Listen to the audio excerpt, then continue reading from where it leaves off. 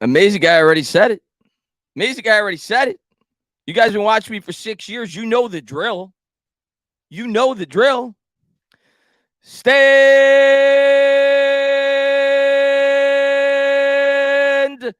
up, New York Giant fans. Hopefully we got a nice early surprise today. I was at work today. Got up at about 6 a.m. getting ready for work, and all of a sudden I see Ian Rappaport post a tweet on Twitter that the New York Giants signed Saquon Barkley. And I was as shocked as everybody else because obviously you're hearing that these running backs are starting up all these meetings, and Barkley obviously wasn't very happy with the contract, and the deadline had already passed. And as Giants fans, you're thinking, all right, Saquon Barkley's going to hold out. Understandably so. Doesn't want to get hurt. Only has a 1-year commitment. He's going to hold out. He's not going to show up to camp. He's going to show up right before the season starts. Probably won't be at 100%. Maybe he'll play week 1 against Dallas, but his touches will kind of be limited as they ease him into the regular season. And then we received word today that Saquon Barkley signs pen to paper on essentially the franchise tag. It's literally the franchise tag, $10.1 million with potentially $900,000 in incentives. And those incentives are like he's got to eclipse 1,300 yards. He's got to eclipse 65 catches and 11 touchdowns. If he hits those, I'll gladly give him the extra $900,000. Here's your $11 million Saquon Barkley. But to me, we're going to talk about all of it. We're going to talk about it from Joe Schoen's perspective. We're going to talk about it, obviously, from Saquon Barkley's perspective. But I'll start with Saquon Barkley. To me, this is Saquon Barkley putting his teammates above himself because Saquon Barkley has every right to feel like he's worth more than what he's going to get this year. I think most people would agree with that. Now, the way that he handled the contract, that's another discussion. His agent, he got several offers, so on and so forth. But I think most people would agree Barkley has a right to feel like he kind of got slighted due to the fact that with the franchise tag and everything else. He's putting his teammates above himself. Instead of going out there and pouting and holding out and threatening not to play, he's putting his teammates above himself. He knows that this is a team that's improving the culture, and he wants to be able to go out there and put his best foot forward. And hopefully he has a great year this year. But I'm so happy that Saquon Barkley showed leadership. He's always been a team guy, and I'm happy. I'm happy that he's going to play essentially for the franchise tag. That's what he's doing. But he's showing up to camp, and I think it's a really good look for Saquon. But I don't know how you could complain. For all the people that don't like Saquon Barkley at this point, how could you complain? The guy's accepting the franchise tag. He's not holding out. So I think it's a great day for him and a great day for New York Giants fans. As far as Joe Schoen goes, how can you argue with anything this guy did this offseason for the most part? Now, if you want to say you don't love an individual move here or there, that's fine. That's your prerogative, whatever. But you look at what he did this offseason. He drafted 3 guys that were mocked to go to us at 25 at different points in the process with our first 3 picks, right? Deonte Banks, most people thought he'd go low 20s, got pretty good value there. JMS, a lot of people thought he'd go early second, maybe back end of the first, got him in the second, and then, of course, Jalen Hyatt. So I think most people from a value standpoint, it's too early to judge a draft, but would agree he had a strong draft based on what people thought going into the draft, right?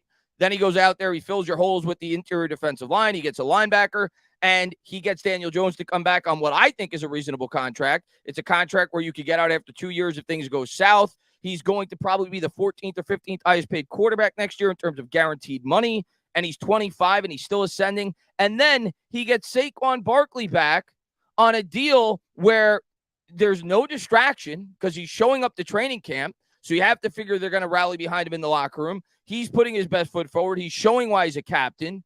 And there's no commitment past this year. So there is no risk on this deal by Joe Schoen. Not to mention the move he made last year with Isaiah Hodgins. So, and Paris Campbell, and I go down the list. But I think he had a fantastic offseason, an offseason with a ton of pressure coming off a year where the New York Giants made the playoffs. For him to be able to make the deals that he did, fill some of the holes that he did, I am so excited now for this New York Giants team going into next season. This was the one thing that I think a lot of us were really worried about before today in terms of how it could disrupt the locker room, the team, and everything else. Barkley, of course, still such a vital piece to this offense. Well, now Daniel Jones has his best weapon coming back. And Saquon Barkley, you think about, we all talk about Jones, as we should. He's the quarterback. He's the most important position on a football team. We all talk about Jones. But think about what this is going to do for Saquon Barkley. Now you've got Daniel Jones second year in the offense. He's more, you got to figure he takes a step up from within the offense. You add a weapon in Darren Waller. That takes eyes off of Saquon Barkley, a guy you got to worry about. That's only going to improve Barkley. That's only going to improve Slayton. That's only going to improve Paris Campbell. So I think Barkley is going to be a monster this year. Now, they may use him a little bit less. I think it's going to be a bit of a committee approach, but I could see more splash plays for Barkley this year. So I'm excited, man. I'm excited to see what this offense is going to look like this year. And I think this is a really good day if you're a New York Giants fan. There's really nothing you could complain about. Of course, Giants fans will find something to complain about, but there's nothing you could really complain about. Absolutely love what took place today. Stephen Lilly says, let's go Giants. Let's go Tana. Let's go Jones, Barkley, Big Dexy, and Dable. 56 go. Love it. Great day to be a Giants fan. Let's go. Good to see you, Steve, man. Hope you're doing well, buddy. And Bob Wells says, do you think the signing of James Robinson had anything to do? No, I think it was completely unrelated. I think they brought James Robinson in just as a body for camp in case Saquon Barkley held out leading up into the season. They needed a body. You never know if you're going to have injuries throughout training camp.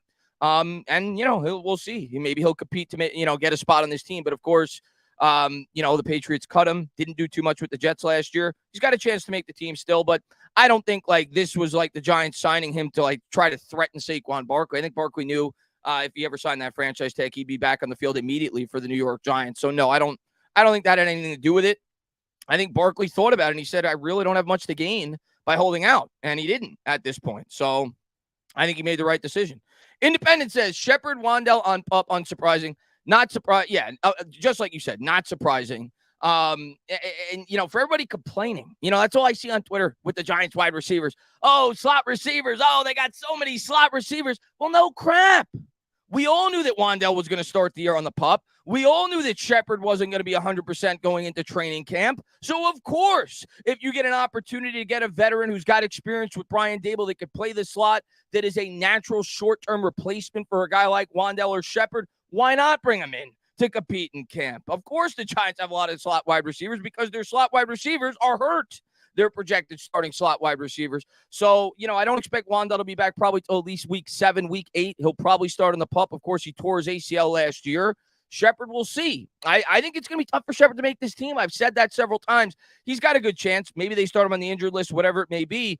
But generally speaking, the back end of the wide receiving core, which Shepard, of course, is not used to, is usually guys that you want to have special teams capabilities. A guy like Jeff Smith, who's a gunner, a guy like Jamison Crowder, who could return punts. So we'll see. It'll be interesting. I think from a depth standpoint, that is the most interesting positional group going into training camp. And there are so many battles I'm excited about.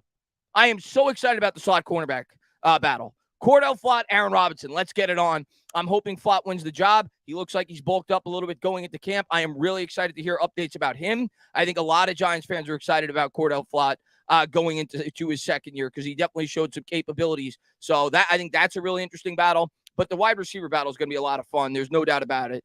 We got a lot of depth there and a lot of guys with talent going into training camp. So I can't wait. Let me get to a couple of these members chats and I'll say hello to a couple of people. I was just so excited to be live talking Giants with you guys.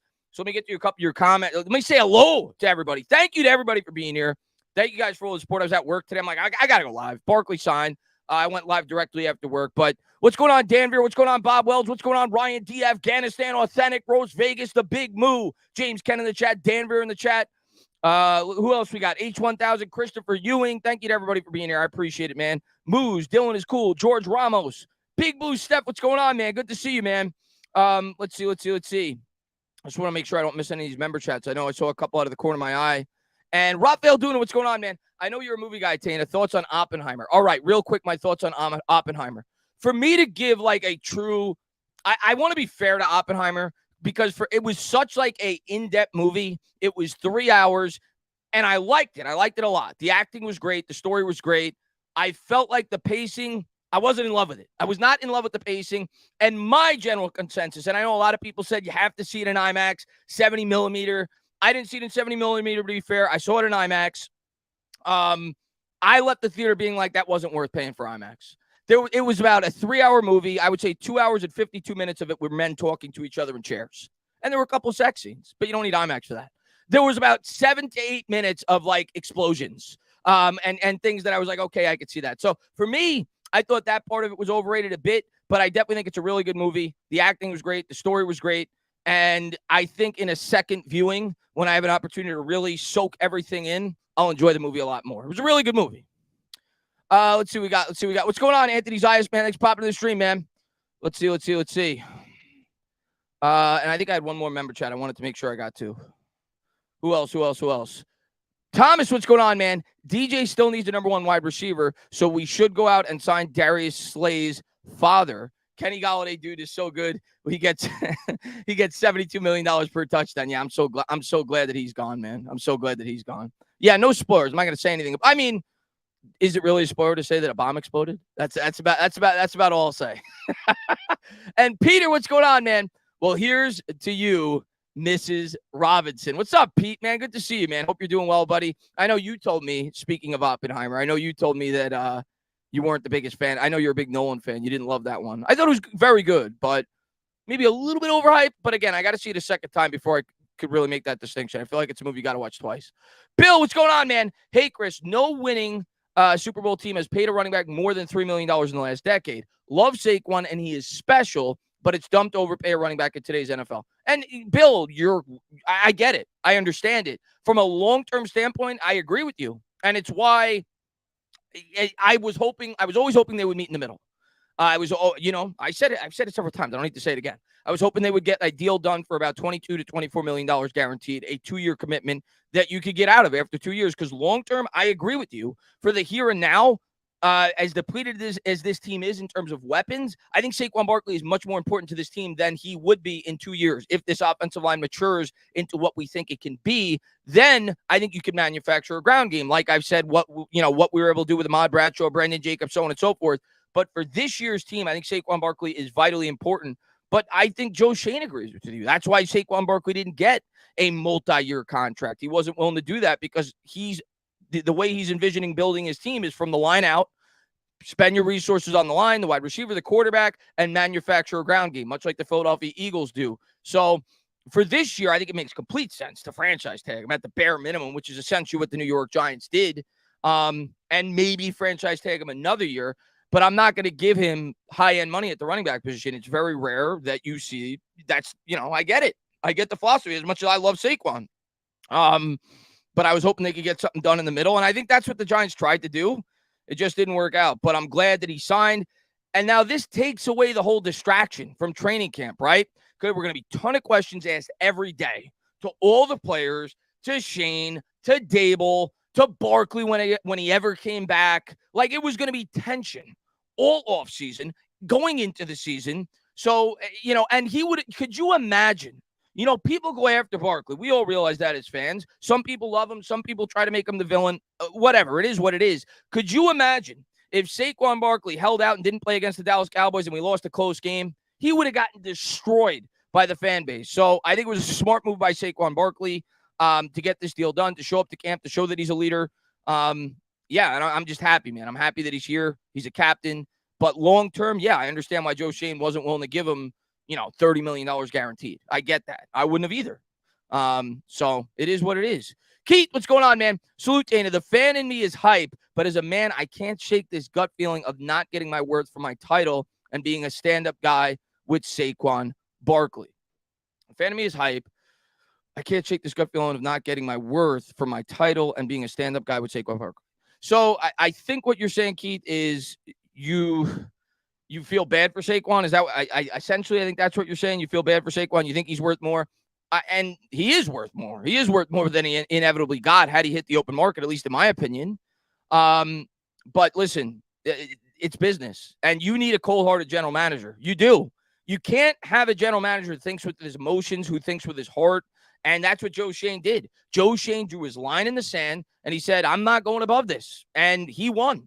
He did. He won the negotiation with Saquon Barkley.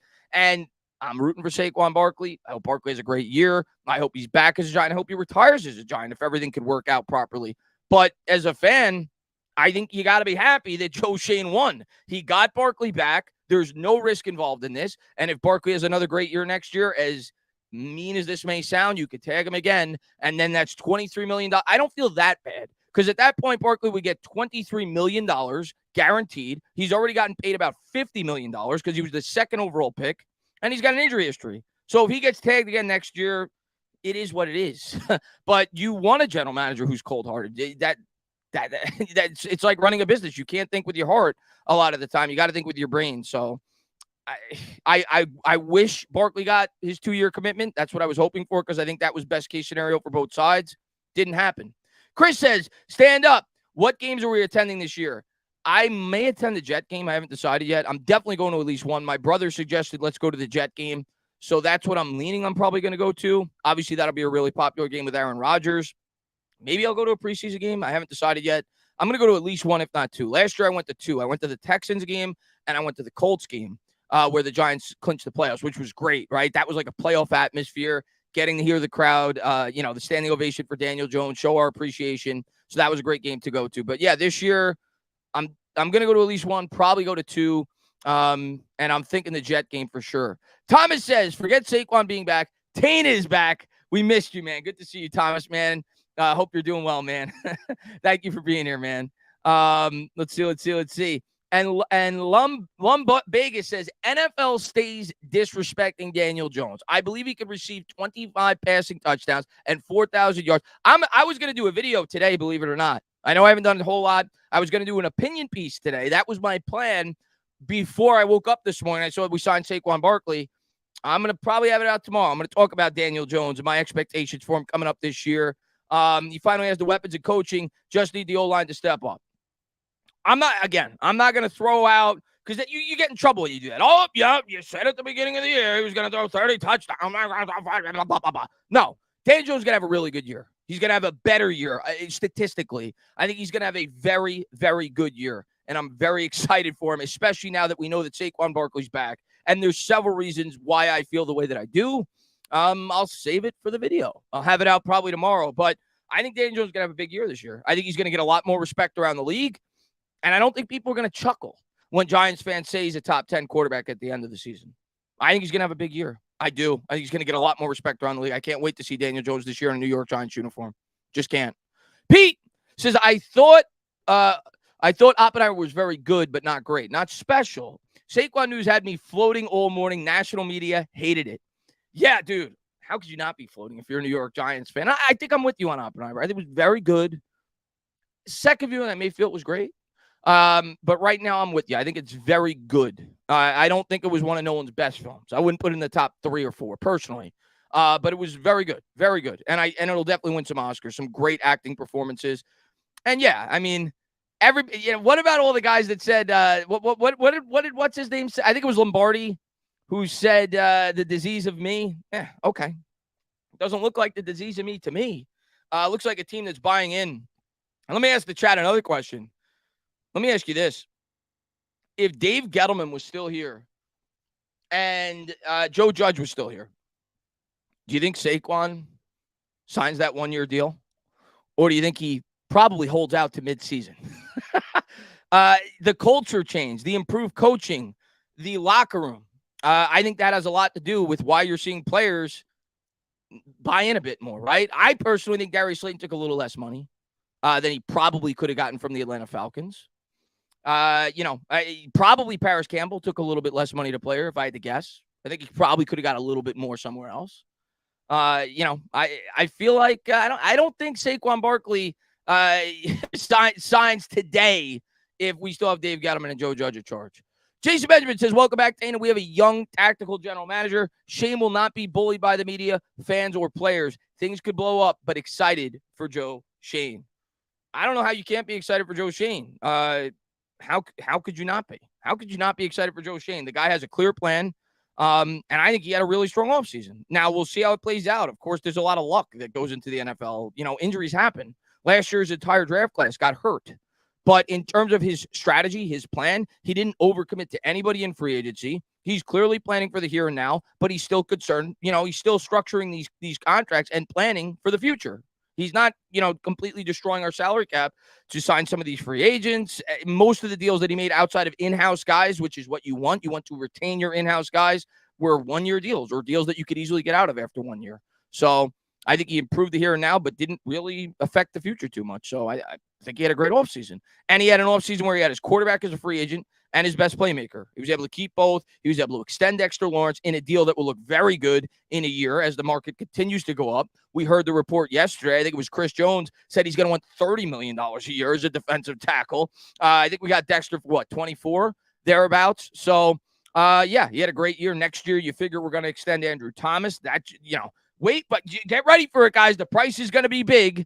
$25, $26 million a year, 4 years. Don't scream when he gets $104 million and $70 million guaranteed, because trust me, Daniel Jones is going to make sure he gets that money. He needs his blindside protector. But next year, we'll see about McKinney. He's another contract extension potentially that the New York Giants are going to have to look into. But overall, Joe Schoen has a clear plan. What's up, Informal Man? Thanks for popping in the stream, man. What's going on there? Ryan D, man, thanks for popping in the stream, buddy.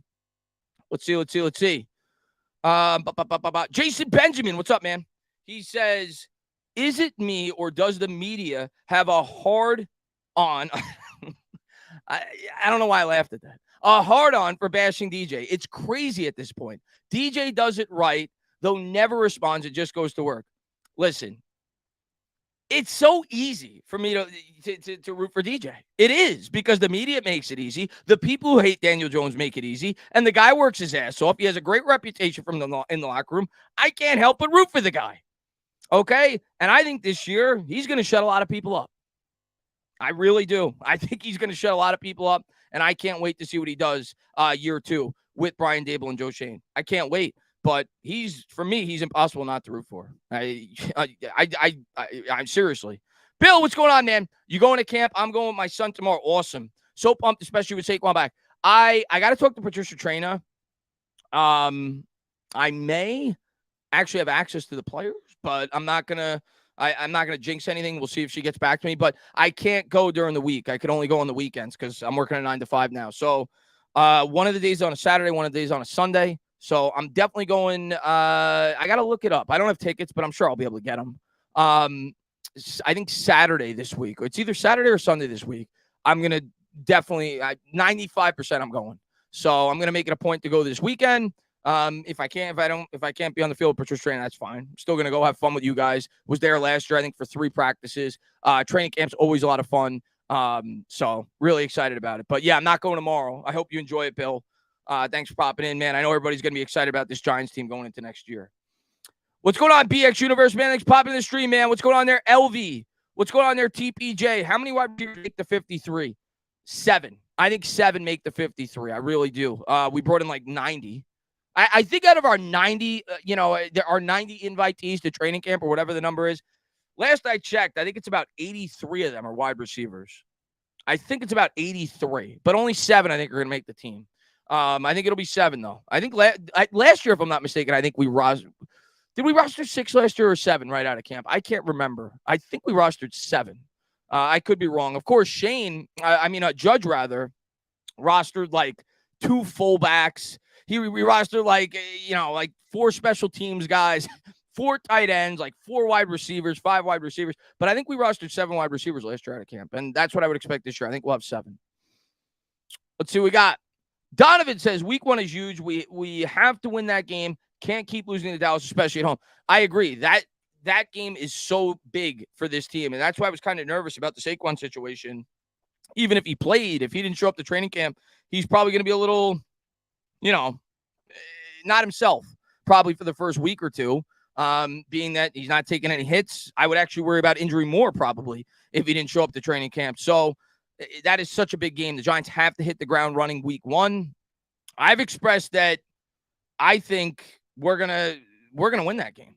I really believe that. I think everything sets up well for the Giants there week 1. We're at home. I trust Brian Daboll a lot more than their head coach when he has months to prepare, especially with our coaching staff. Everybody came back. Dallas has a new offensive coordinator. You could easily see them start out a little sluggish, right? A lot of times it takes a few weeks to pick up a new scheme for the entire offense. I think we're catching Dallas at the right time, and I think we're going to pick them off. I think the Giants are going to start 1-0, and we're going to get off on the right foot. Just my opinion, but I'm pretty confident going into that game, especially now that I know Saquon Barkley is going to be there.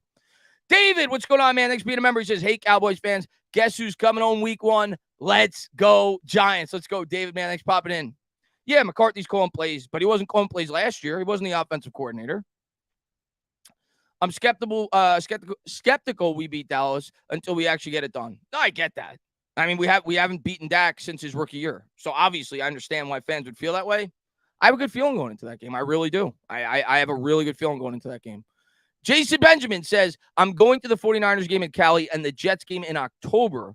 Hope to run into you there. I think that Jets game is going to be a while. Oh, dude. I was at the last Jet-Giant game where DJ threw 4 touchdowns, and we still found a way to lose because I think Darnold threw 4 or 5.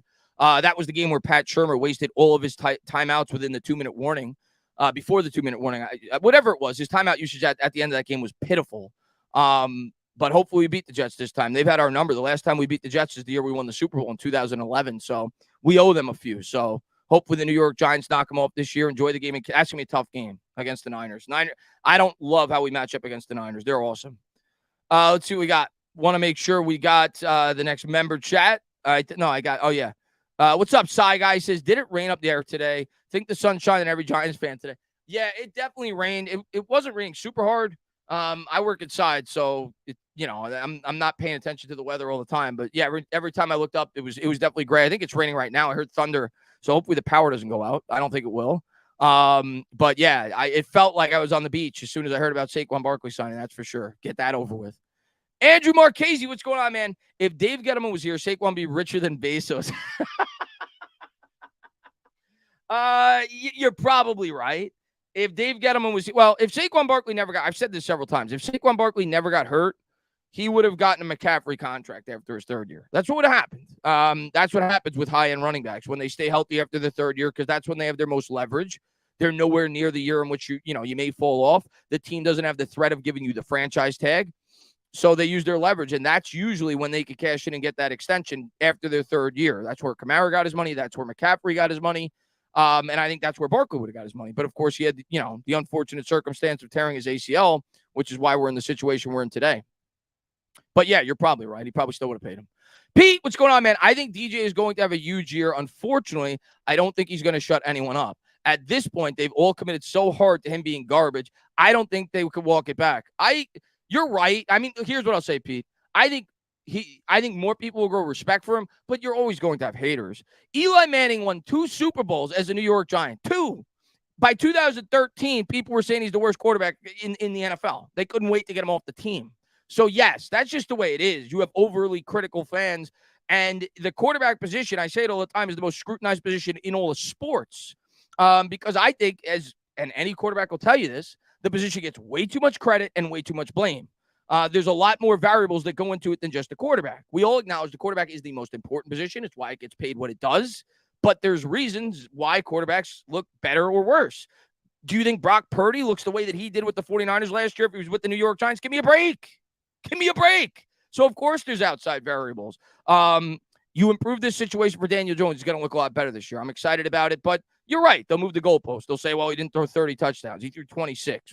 Whatever. It is what it is. I don't care as long as the guy's helping this team win football games and he's getting better week over week. So I'm thrilled that he's a Giant. I think he took a big step forward last year as a player, and I think he's going to take a much bigger step this year. Can't wait. But, Pete, man, thank you very much. Dennis says, most important player on the team is Evan Neal. If he takes a Thomas year 2 jump, we're golden. Also, let's not give up on Azudu. So I'm not giving up on Azudu. Who knows? If he has a really good camp, maybe he does win the starting job. I think they're going to go with the veterans. That's another interesting battle going into camp.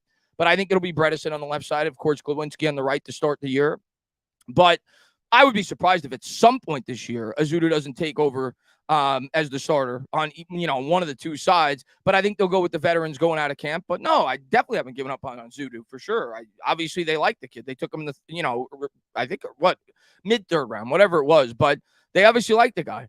As far as Evan Neal goes, I think we've all agreed with that. Pretty much every Giants fan will agree that he's probably the biggest key. In my opinion, he's the biggest key to the offense this year. Of course, Daniel Jones. But I think if Evan Neal becomes even an average right tackle, you're going to see this offense get much better because of the improved weapons, second year in the offense, yada, yada, yada. But if he can't block, he doesn't give Daniel Jones any time to throw the ball, the wide receivers time to run their routes, it could be a disaster. So, yeah, I agree. If Evan Neal if he even becomes an average right tackle this year, this Giants offense is going to look a lot better. And last year, they were a league average offense. No reason to think if Evan Neal becomes an average right tackle this year, the Giants can't be a top 10 offense in football. There's no reason to think that.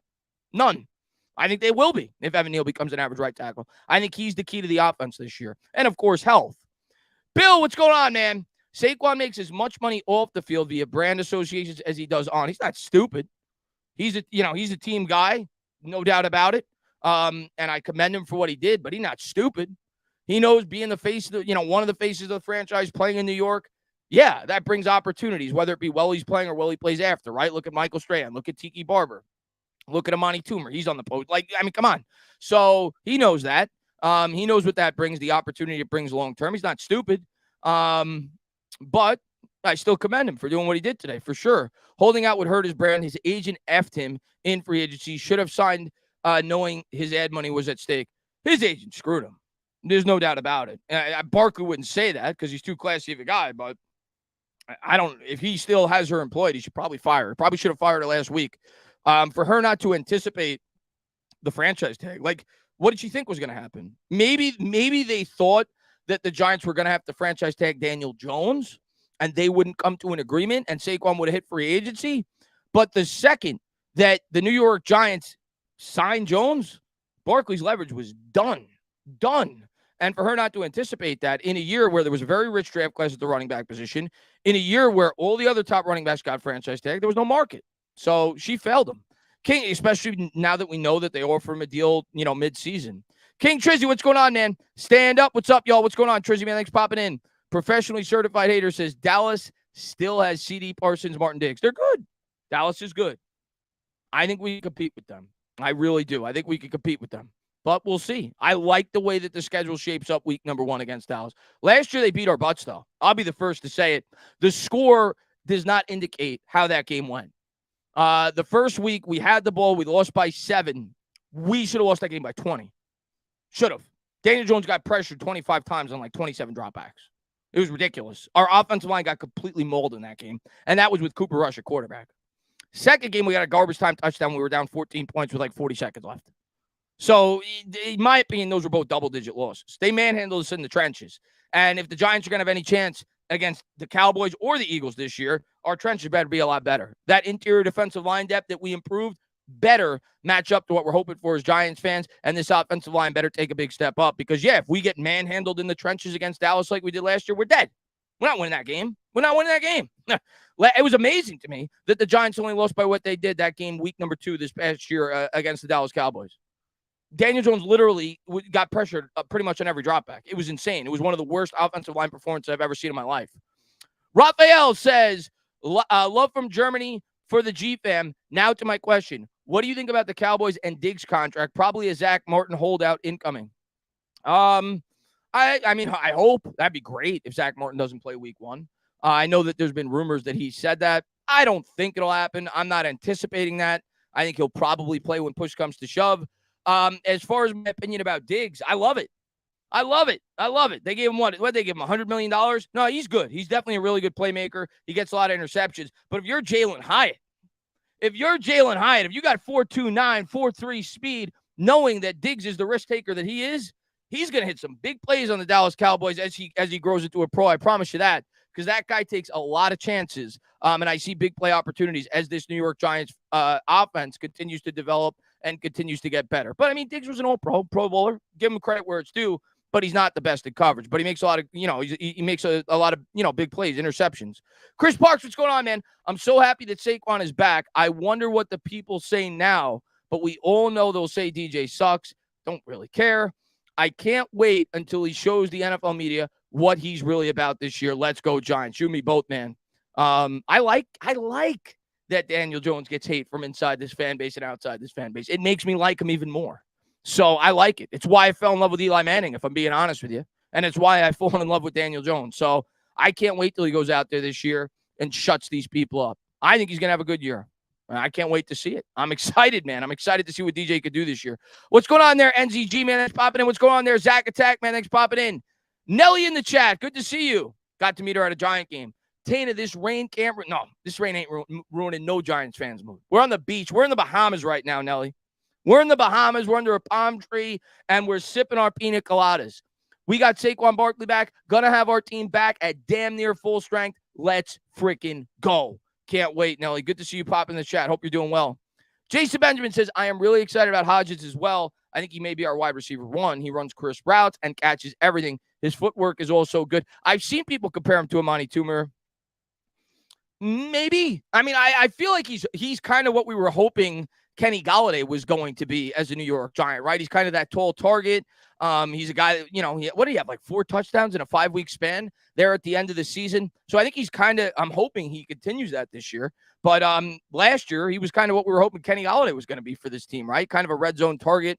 Yeah, I mean, I liked Hodgins coming out of college. I remember talking about him with Dad Dog when I got to see him at Oregon State. I was hoping the Giants took him in like the 4th or 5th round. Not that I ever thought that he'd be a Giant, but he was a prospect I liked. And when we got him, I'm like, oh yeah, I remember that guy from 3 years ago in the draft, or 2 years ago in the draft. And obviously, I didn't think he was going to really be much of a contributor. The Giants picked him up off the scrap heap, but yeah, I mean, he proved to be really good, and I'm excited that he's a part of the rotation this year. I don't know who the wide receiver one is going to be this year. I've thrown my name in the hat for Paris Campbell, but it's a guessing game. It could be Hodgins, it could be Campbell, it could be Slayton. I think that's probably it. I think one of those 3 will be the featured guy. Of course, Darren Waller is the biggest playmaker. Misleading says, super stoked for this season. Glad Quads is back. I think most Giant fans are excited, man, because we all felt the pressure that he might not show up. I never thought he was going to hold out. You knew that Saquon was always going to show up before the year started. That's just not who he is.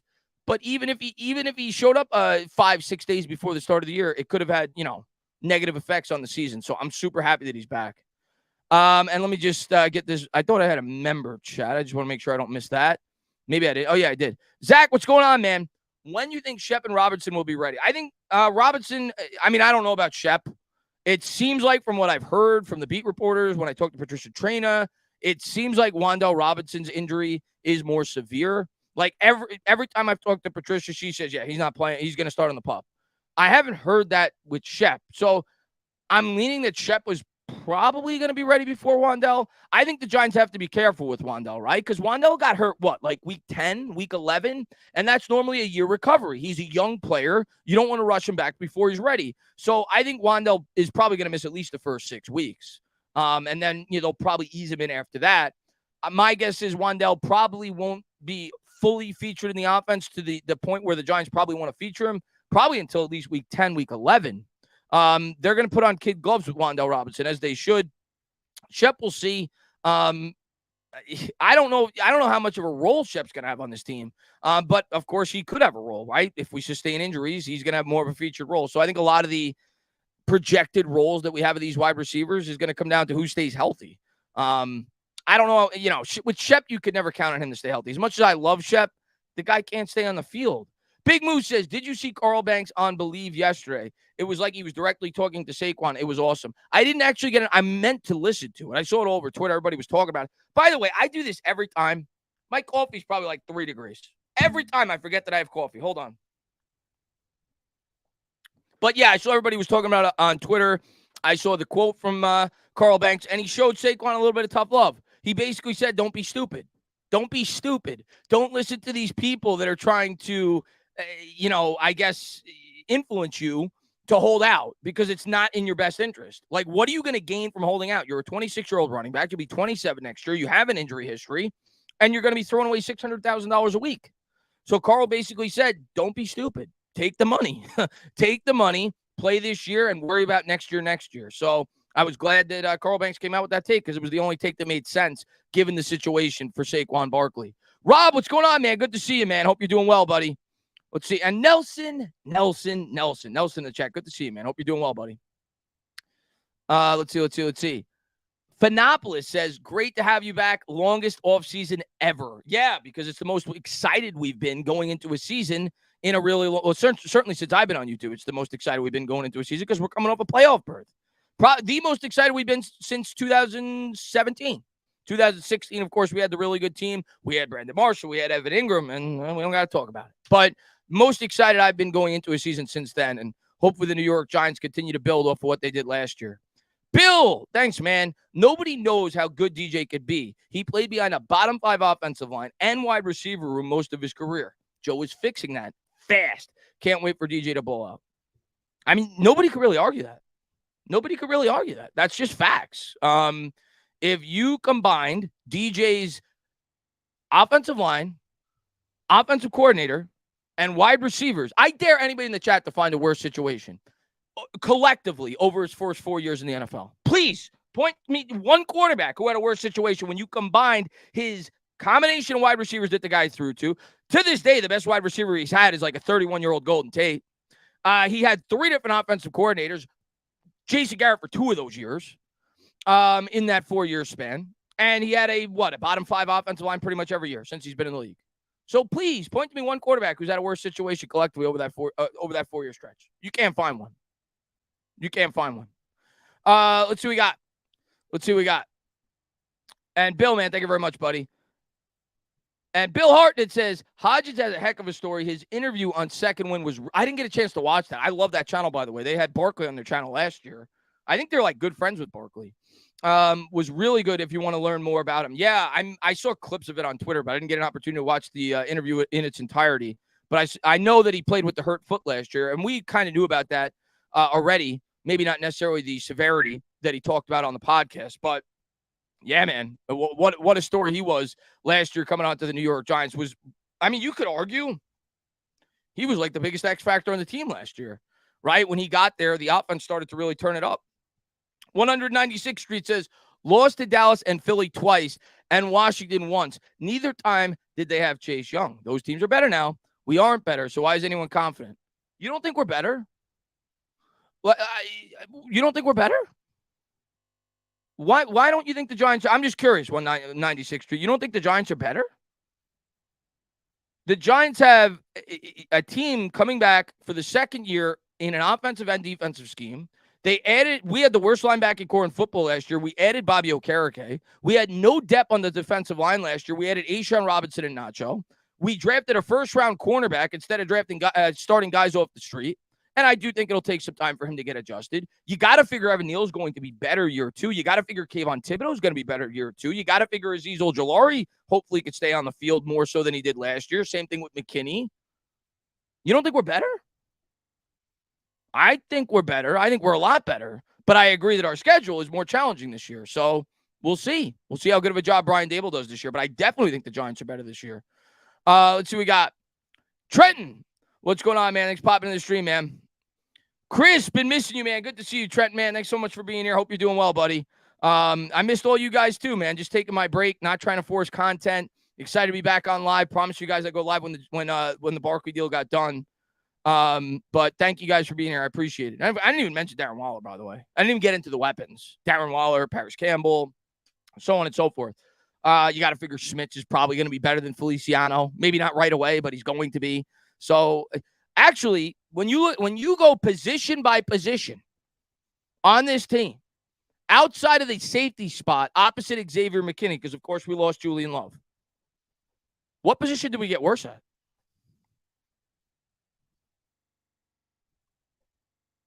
Quarterback, we're going to get better because it's year 2 in the scheme for Jones, and the weapons got better around him. Running back, we probably got better. We got a little deeper with Eric Gray. At worst, we're even. Tight end clearly got better with Darren Waller. Offensive line, you got to figure we got better because Neal's going to grow, and you got to figure Schmitz is going to be better than what we had.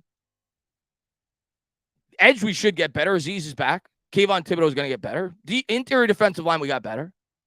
Cornerback, Deonte Banks is an improvement. Special teams, I expect to be better. Where did we not get better outside of the safety spot? Well, the punter's the same. But Pete, man, thank you very much, man. Getting a little personal, answer what you can. For a while, it seemed like you were leaning into the full-time YouTuber thing. Are you going in a different direction? No, I'm never going away. I'm always doing YouTube. I got to a point where I wasn't enjoying it as much when I felt like I was forcing content. And I didn't want to just make content to make content. I didn't want to just go live to go live. I wanted to talk about the team when I really felt like they were worth talking about. So I'm kind of trying to balance my life a little bit more. But no, I'm never going away. I'm always going to be here. I'm always going to be talking about the team that I love. I absolutely love talking about the New York Giants. But, you know, one of the things that I hate and I complain about when I'm on Twitter, and I'd be a hypocrite if I did the same thing, is when I see people who make articles, whether they're writers, whether it's people on YouTube, whether it's people on whatever, that make bullshit content, make nonsense content. And for me, clickbait stuff. So I just got to a point where I'm like, I'm not enjoying this. I don't want to just make content to make content. I don't want to just go live to go live. I want to talk about this team when they're worth talking about. So that's kind of where I got. But no, I'm never going away from talking about the New York Giants and hanging out with you guys. And trust me, during the season, leading up into the season, we're going to be live all the time, like we always are. We're going to be going live the night before the game. We're going to be doing the live play-by-plays. I'll probably do every week, like I did last year, have callers call in, probably have a revolving guest once a week coming on the channel. Obviously, always going to do the show with Bad Dog. So, no, we ain't going away, man. We're not going away. I promise you that. But thank you, Pete, man. I appreciate it. Let's see what we got. Professionally certified hater. What's going on, man? He says, Darnold was practically set up to fail. He had Robbie Anderson with scrubs, not to mention he had creepy, crazy-eyed Adam Gase for a head coach, and he had it worse. No, he was. Sam Darnold was definitely set up to fail. And you know what? Sam Darnold, maybe if he got the opportunity, maybe would have looked pretty good if he got the opportunity with Dable. Let's be real. Daniel Jones got lucky. And I do think he has the talent, and I do think he could become a very good quarterback in the NFL, and I do think he's trending that way. But Daniel Jones got lucky, and he took advantage of the opportunity. The ironic thing is he had the worst luck his first 3 years in the league. And when I say lucky, I don't mean he got lucky that he played good last year. I mean he got lucky that he even got the opportunity to play last year. Because let's be honest, the New York Giants had the 5th and 7th overall pick. They had a new general manager come in from the outside who never drafted a quarterback. Daniel Jones was coming off an injury. If that quarterback draft class was as rich as this past one, they're drafting a quarterback. Let's be honest. Daniel Jones got the opportunity because that draft class was led by Malik Willis, and he went out there and he had a very good year last year. And he got his contract, rightfully so. He took advantage of his opportunity. Tip your cap.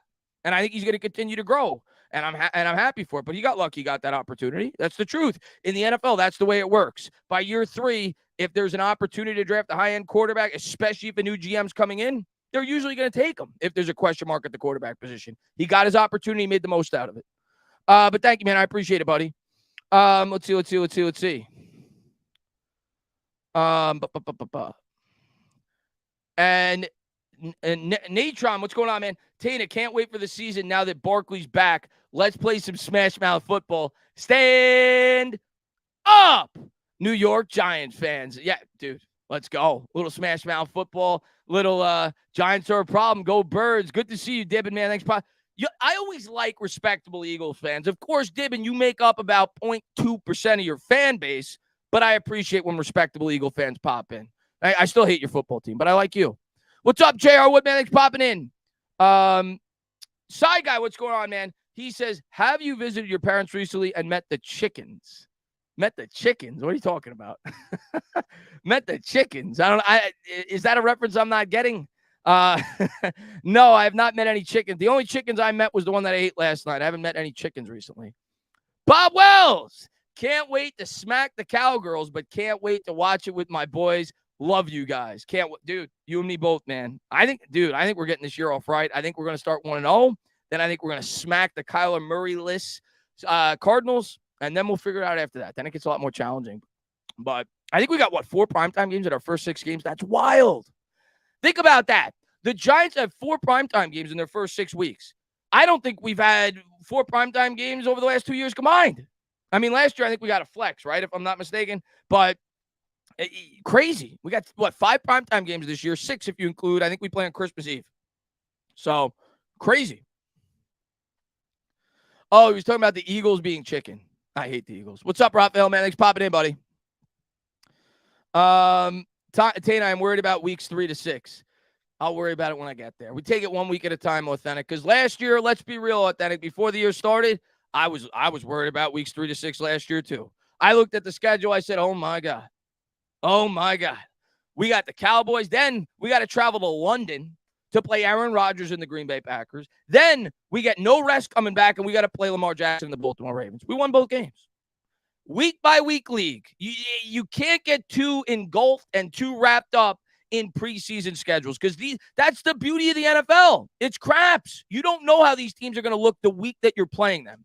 There's too much unpredictability. There's too many injuries that happen in this sport. And 1 week, one team may look like a world beater. 3 weeks later, they may look completely different. So I'm going to take it week by week. I'm going to enjoy the season. Let's go out there. Let's knock the crap out of the Dallas Cowboys. Let's knock off the Cardinals, and then I'll worry about weeks 3 to 6, 1 week at a time. That's what I love about Dable. Dable is the most calm, cool, and collected guy. Every week, he doesn't get too high. He doesn't get too low when he does those press conferences. Well, yep, we got to forget about it. We got to get ready for next week. Giants play like their greatest game of the season. They win by like 20 points. Yep, we got to forget about it. They did their job. We got to forget about it. We got to get ready for next week. And that's the way you got to take it in the NFL. It's a week-to-week lead. What's up, Charles Barkley? Man, thanks for popping in the stream. Blue City Sports says, hey, Chris, do you have any expectations for Gary Brightwell and Josh Azudu? Gary Brightwell may be unemployed. We'll see. I think he has a chance to make the back end of this roster, but obviously I don't think he's going to be a big part of the rotation. You got to figure Eric Gray is going to take over that RB2/RB3 spot with Breida. So at best, Brightwell's an RB4 on this team if he even makes the team. Azudu, I don't think starts, like I said earlier in the stream, but yeah, he'll probably eventually shift into one of those 2 starting guard spots. You got to think that at some point they're going to try to get him integrated into the offensive line. What's up, Ron, man? Thanks for popping in the stream, man. Mark says, for the first time in a long time, we could beat every team in the league this year. Hey, any given Sunday. Any given Sunday. Obviously, there's some teams on the schedule this year that I think are going to be very challenging. Eagles, Niners, Cowboys are good. The Bills, Jets are good. But do I think we're going to win some of those games? You damn right I do. You damn right I do. I believe in our coaching staff. Do I think James Robinson makes the roster? It depends. Depends on how healthy he is. It depends on how he does at camp. I think a major question mark you have to have about James Robinson is the fact that the New England Patriots cut him. Right? The Patriots gave that dude, I don't know how much. They had to pay him, I think, like $200,000 guaranteed to cut him. So I think it was like 2 years, $8 million, but $200,000 was guaranteed if they cut him. So, and that was in like April. So there's got to be, it's a major question mark there about his health. Like Bill Belichick's not going to just cut him to throw away any kind of money before camp even starts. So we'll see. We'll see how he looks in camp. What's up there, Horny Tana, man? Thanks for popping in, buddy. Giants got to go 9-8 to get a wild card. 8-9, they go home. I mean, probably, yeah. The NFC is not a great conference. 9-8, I definitely think will get you in. Probably not 8-9. I agree. I think 9 wins to get in. I think 9 wins will get us in. And if I had to guess, I think we're going to get at least 9 wins. But that's why they play the games on the field. You can't predict it, man. There's so many injuries that happened. Jameson, good to see you, man. I hope everything works out for you. H1000 says we have plenty of time for the coaching staff to plan for Dallas. No excuse for a Dallas loss. Yeah, I mean, I'm not going to say no excuse because Dallas is a talented team. I'm not going to go into that game being like, we're much better than this team. We absolutely need to win this game. I mean, we kind of do. It's a very important game. But do I think it's a game that kind of set up pretty well for us in terms of when the game is being played, where it's being played to start the year? Yeah, I definitely think that's close to a 50-50 game, and we have a good chance to win it.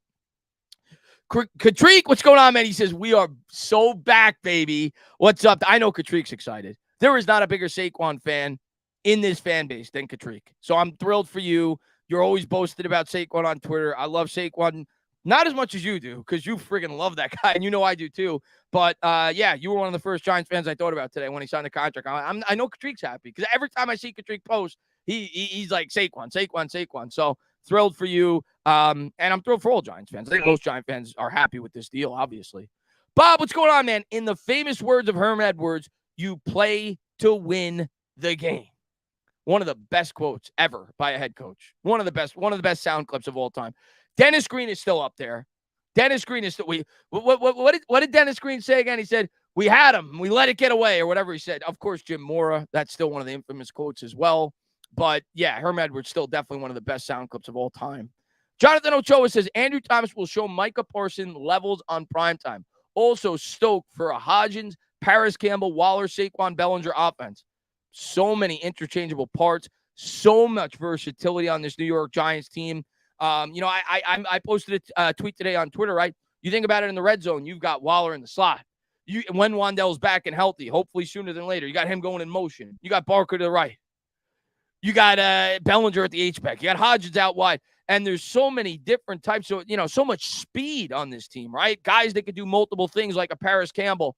So, yes, do we have the most talent? No, but we have a lot of intriguing parts in this offense, and we have an offensive coordinator that could maximize these guys' abilities. So I'm really excited to see what Kafka could do with these new pieces this year or two in the offense. And, of course, Dable has a lot to do with the offense as well. Let's see. Natron says, what are the chances of Barkley going savage this year? I think he's going to feast. I think as long as Barkley's on the field, he's one of the top 3 or 4 running backs in the league. I mean, he's great when he's on the field. And last year he was on the field. He was one of the top 3 or 4 running backs in the league. Keep him on the field. He's going to have a huge year. Yeah, I think he's going to be great. Let's see. I got excited. I thought you were calling a game real quick. You want me to practice? Shotgun formation. Daniel Jones coming out here at the Cowboys 17-yard line. He's got Waller in motion. Wandell in the backfield. Looks like a wishbone offense. He's going to motion Barkley out wide right. Jones takes the snap, steps up. Andrew Thomas just laid the biggest pancake I've ever seen in my life. Jones rolling, strolling, looking deep. He's got a man. It's Hyatt down the sideline. 50 yards to the house. Stand up, New York Giants. I'm going to say stand up so many times this year. You guys, we're going to score double the amount of touchdowns this year. I can't wait for this season. Chris is back. What's going on? Yo, Elvis, man, thanks for popping in. E-Boogie in the chat. We going to the playoffs. Let's go. The unknown of this offense is what makes them dangerous. Can't wait. What's up, DQ? What's going on there? John, what's going on there? Bill M. King. Trizzy in the house. Zany, what's going on? Big Moo, what's going on? Did Barkley's camp project a $14 million? We don't know the specifics, but yeah, the rumor, I don't know if it was 14. I know from what I heard, if somebody in the chat let me know, I thought I remember the articles coming out. I saw, I think, as high as 13. Maybe it was 14. I can't remember. But the one thing that never came out, and we will probably never know, is what the guarantee was before, obviously, the tag was laid out. But my guess is the guarantee was probably around what they offered in the end, 22, 23. Because if you're offering a guy $14 million a year, you got to figure it's at least 22, 23 guaranteed, I would think. So I think what happened was Barkley and his agent gambled. At that point in the season, Barkley was having an incredible year. Like, he was arguably the best running back in football at that point, like through 8, 9, 10 weeks. And they said, no, let's gamble. We're gonna continue to build. We're gonna continue to have this kind of year. And obviously he wore down a little bit, and the Giants changed their offense, and he wasn't as much of a focal point. So I think they gambled on their value. They probably got offered 22 to 24 million guaranteed, if I had to guess. $14 million a year, right around the bye. They turned down the deal, and they lost some leverage. Obviously, after the offseason, when the market turned into what it did, when the Giants signed Barkley, when they were able to tag Saquon Barkley, it is what it is. I'm just glad he's a Giant. Let's see. Chris, don't get carried away with how the 3 guys were mocked. That's what kids do. What do you mean? The guys we drafted? I'm not getting carried away. I'm excited. I was happy with the picks on draft night, but of course they got to deliver on the field. Let's see what we got. My friend's garbage man said 14 million. Jason says, good point, Tana. We do have a tough schedule, but those teams got to play us too. We aren't an easy out. We have talent on both sides of the ball. We got more talent than we've had on this team in a long time, both on the field and in the coaching staff. So I'm excited, man. I think we're a good team this year. Ryan, what's going on, man? He says, Tana, so excited for the season. Can't wait to watch this offense. Hyatt, Waller, Barkley, Campbell. Everyone's forgetting Bellinger. Waller and Bellinger on the field. Can't wait, man. Tana, do you think this whole Saquon Barkley saga hurt the locker room? No. I mean, I was worried it could, but not anymore. No, I think he's showing up. No, I don't think it's going to hurt the locker room at all. No, I do not. If he held out, it was possible. What's up, Gene? He says, stand up. It's a leg day every Sunday starting week 1. What's up, Gene, man? Thanks for popping in, man.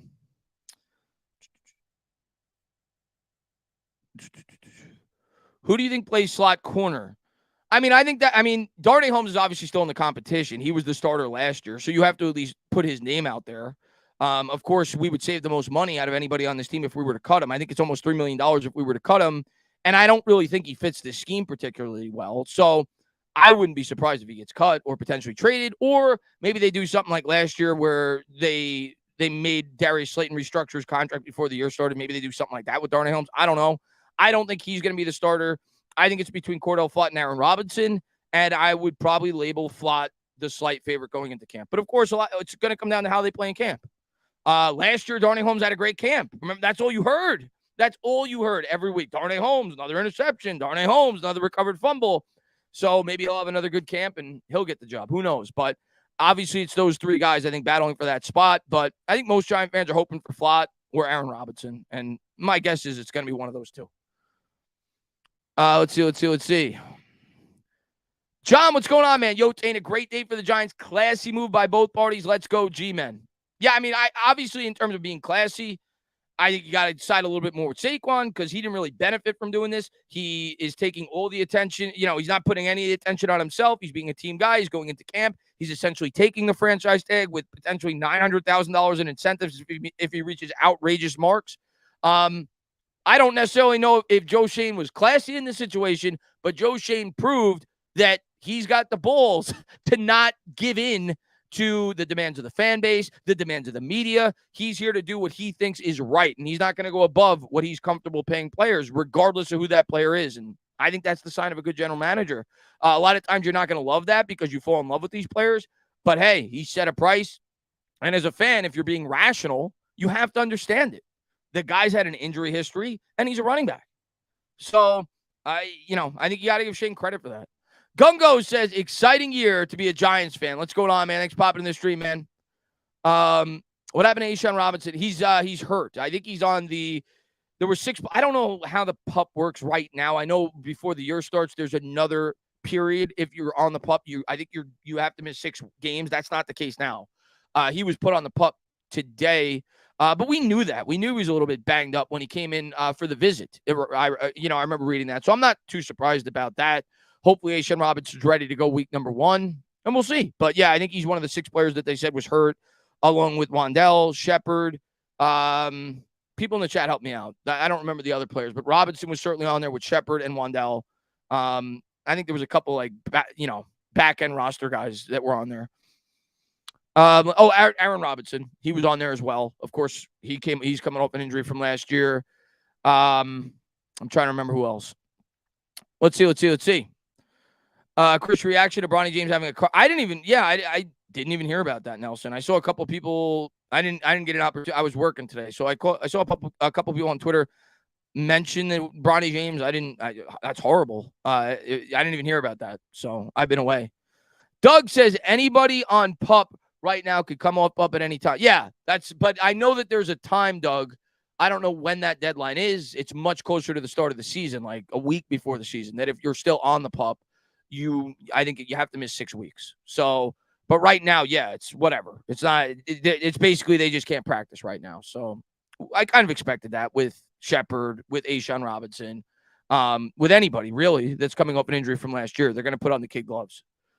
Let's see. Marcus McKeithen, he was hurt last year. Is Beavers on the PUP? I would guess he is too, right? Because he had an injury. I mean, his injury took place in training camp, so maybe he's not. But is Beavers the other guy on the PUP? Jay, what's going on, man? What's up, Dana? G-Men football is back. Bill says you have to miss 4, and once you are off the PUP, once you can. Oh, it's okay. So I thought it was 6. Okay, Beavers is fine. Okay. Dak needs to be rocked in the pocket. Yes, please. Yes, please. Beavers and Colin Johnson are not on the PUP. Colin Johnson, what do you guys think? Is he a sleeper this year? Because he's kind of, we talk about how we have a lot of slots, but rightfully so, because obviously they were anticipating Shepard won't be ready right away. Wandell's probably going to miss some time to start the year. But Colin Johnson is like one of the only, like in terms of being a backup, exterior receivers we have. Like Jalen Hyatt, I think he's a backup to start the year, and I definitely think he could, obviously, I think projects long-term on the outside. But outside of that, I would say Colin Johnson's probably the next one we got outside of the obvious starters with Hodgins and Slayton. You guys think Colin Johnson stands a pretty good chance to make this team this year? What do you think? I think he's got a shot. I mean, obviously they liked him out last year. Dable talked about how he was going to make the team. Not only make the team, but he was probably going to start. We all remember reading that when it was between him and Sills, and then, of course, he got hurt in camp. We don't know how he's going to look recovered from the injury, but I'll tell you this. I went to 3 practices last year, and in 2 of them, the guy that stood out the most to me was Colin Johnson. He was making ridiculous catches. I don't necessarily – yeah, Campbell's kind of a guy that could play both inside and outside. But I don't I don't know if I'm picking him, but I think he's definitely got a chance. And you don't know. There may be some injuries in camp if he can stay healthy, but we'll see. We'll see if he can make the back end of the roster. I would lean no. Like if you said, Chris, pick your 7 wide receivers, I would say the obvious 3, we all know are starting. Campbell, Slayton, and Hodgins. Obviously Hyatt, that's 4. I think Wan'Dale's going to start on the pup, so I'm not going to include him. I think Jeff Smith, I'm not saying he's the wide receiver 5, but I'm just going to get him out of the way. I think Jeff Smith's making this team because I think they're going to use one of those wide receiver spots for a guy that could contribute on special teams, and that's why he was brought here. So I think Jeff Smith's making the team. So he's in my 7. That's 5. I am going to lean Crowder makes this team to start because I don't necessarily know if Shepard's going to be 100%. And Crowder brings he could return punts as well. So I'm leaning him. That's 6. And then the 7th, I'm not sure if they go 7. Is it going to be Shepard if he's ready to go? Is it going to be Cole Beasley? Is it going to be I don't think it's going to be Ford Wheaton. I know a lot of Giants fans are saying him. Is it going to be Colin Johnson? So we'll see. Do they go with 6? Do they go with 7? I don't know. I'm interested. I'm excited to see. Let's see. And the Ace Avenue, man, thanks so much for being a member. He says, Tana, you the man. Good to see you. Glad Saquon is back. Haven't seen you much since I started my own channel. Well, that's awesome. Congratulations on that. You've been a big inspiration. Thank you. Well, thank you, man. Thank you for popping in. And you'll be seeing a lot more of me now that football is getting underway, man. But thanks so much for popping in. I hope you're doing well. And yeah, man, definitely, man. Anytime you want me to come on, just reach out to me on Twitter. Let's see. Some surprising cuts. Yeah, and listen, Katrick, you can't predict injuries either, right? Injuries happen every year in camp, so we'll see. It's going to be the guys who survive, right? The guys who stay healthy that are probably going to end up winning that wide receiver battle because I guarantee you a couple of them are going to get hurt. Ernie says, did I see correctly this morning that all of Barkley's incentives are also linked to a playoff berth? No, that's not correct. I mean, there may be additional incentives based on the playoffs, but no, the way the incentives, and they're minimal incentives, by the way, Ernie, minimal. He's all right. So his base salary is the franchise tag. It's $10.1 million. And then I don't know how the playoff is. And I know he gets $2 million up front, but that doesn't really matter. He's still getting the same amount of money. He gets a $2 million signing bonus. And then he gets $900,000 potentially in incentives. He gets $300,000 if he eclipses 65 catches. He gets $300,000 if he eclipses 1,300 yards. And he gets $300,000 if he eclipses 11 touchdowns. So if he has a year where he has 68 catches, 1,350, and 12 touchdowns, he gets another $1 million. So that's basically what was worked out. That's really all they gave Saquon outside of what they were already going to give him with the franchise tag. So, yeah, not much. It's basically Barkley agreeing to the franchise tag, but showing up to camp. Let's see. Vibes, I'm going to be on their channel later tonight, man. Good to see you. I hope you're doing well, man. Jesse says, what's going to happen with the running back room now that Saquon is back? If I had to guess, obviously Barkley, obviously Breida. Well, I shouldn't say obviously, but I think Breida. Obviously Gray. That's 3. And then we'll see. I mean, I think it's if they're going for, it's Robinson or Brightwell.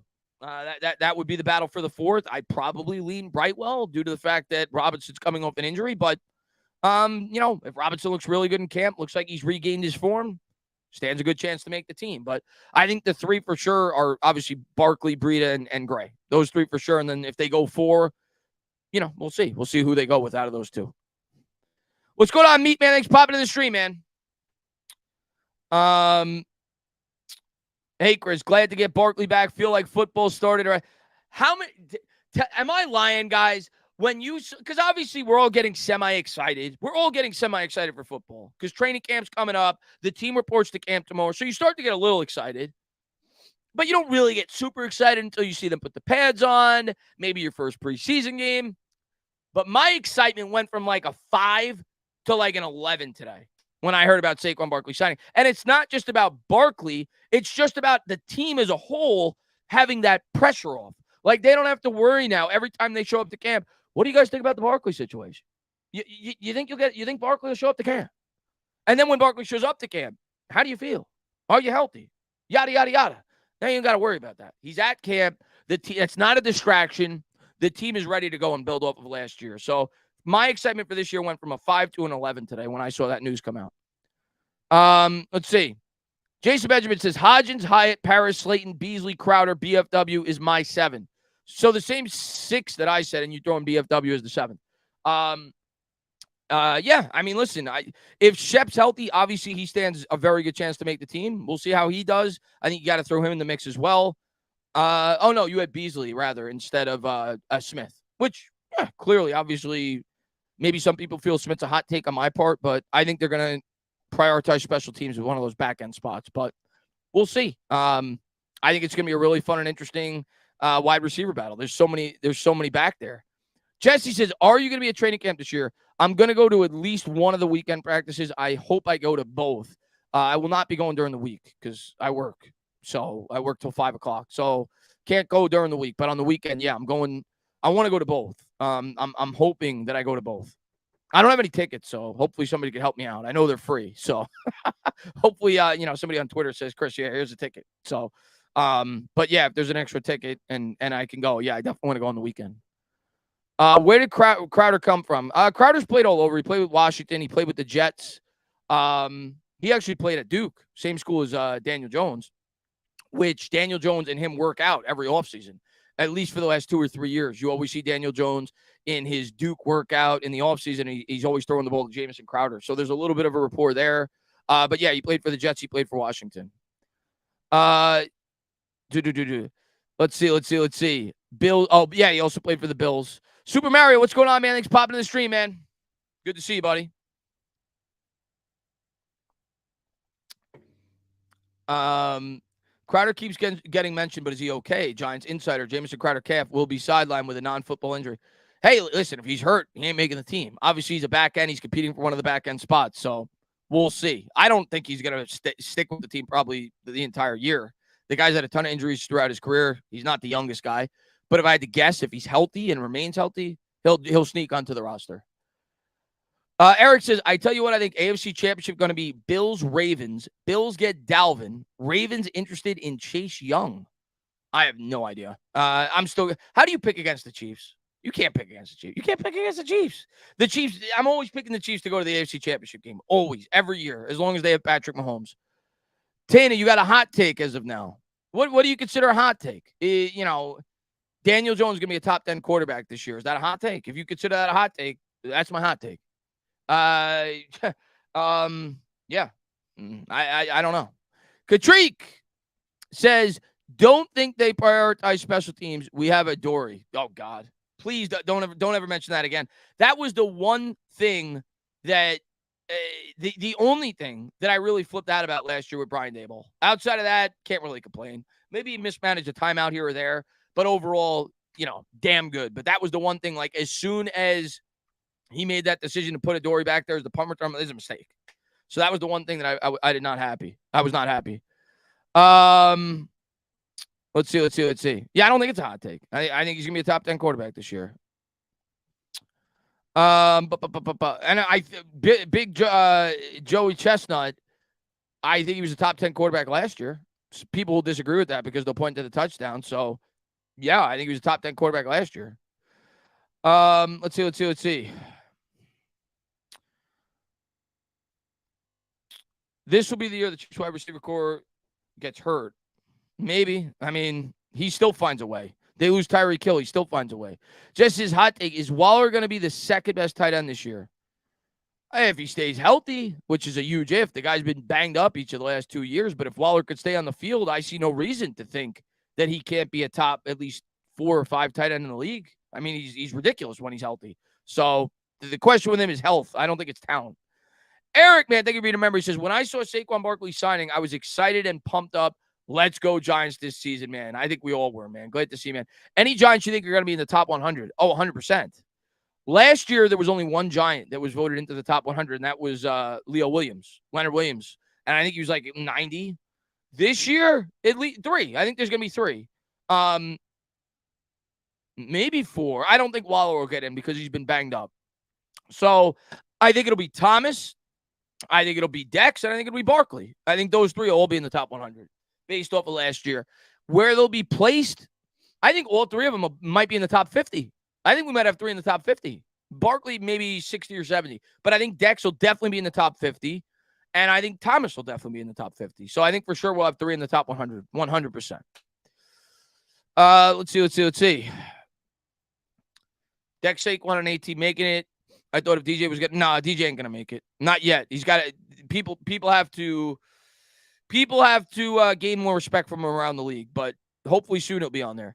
Gano could get in. I wouldn't be Did they ever put kickers in the top 100? I don't know. I don't really pay attention to the list. Did they ever put kickers in the top 100? Hot take. You want a hot take? You want a hot take? Graham Gano is one of the 10 most valuable players on this New York Giants football team. There's a hot take. One of the 10 most valuable players on this New York Giants football team. Is that crazy? I don't know if it is. Having a kicker that you could count on week in and week out, and you think about all the close games that the New York Giants played last year, to have a guy that you know you could bank on. If we had a bad kicker last year, we'd probably win 5 games. Graham Gano is one of the 10 most valuable players on this New York Giants football team. There's a hot take. Let's see.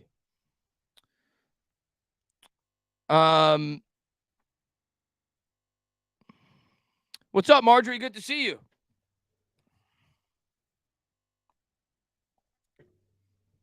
Eric says, I just got a new Dexter. I'm getting that jersey this year. I get at least one jersey every year. Last year I got Kayvon.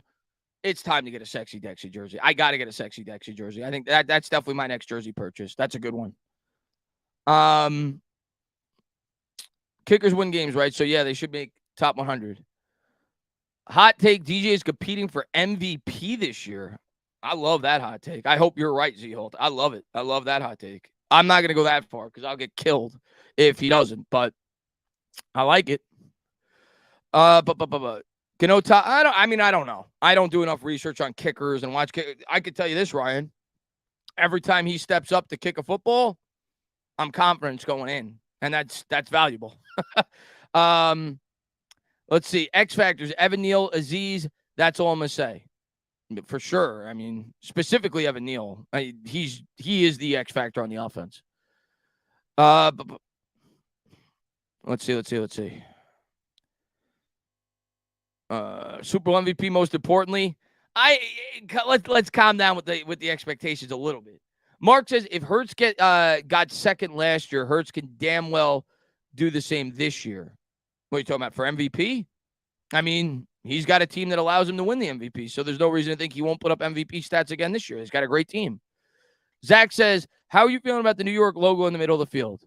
It's kind of like when something's new. Like, I think most people, when they see something fresh and when they see something new, they think it looks tremendous. And when I first saw the New York logo, I thought it was great. And right now, I still feel the same way. Ask me in a year. Maybe I'll feel differently. But right now, I think it looks awesome. But what I'm most excited about is the new turf. You could keep the logo, keep it the NFL logo for all I care. I'm thrilled with the new turf, but it looks cool.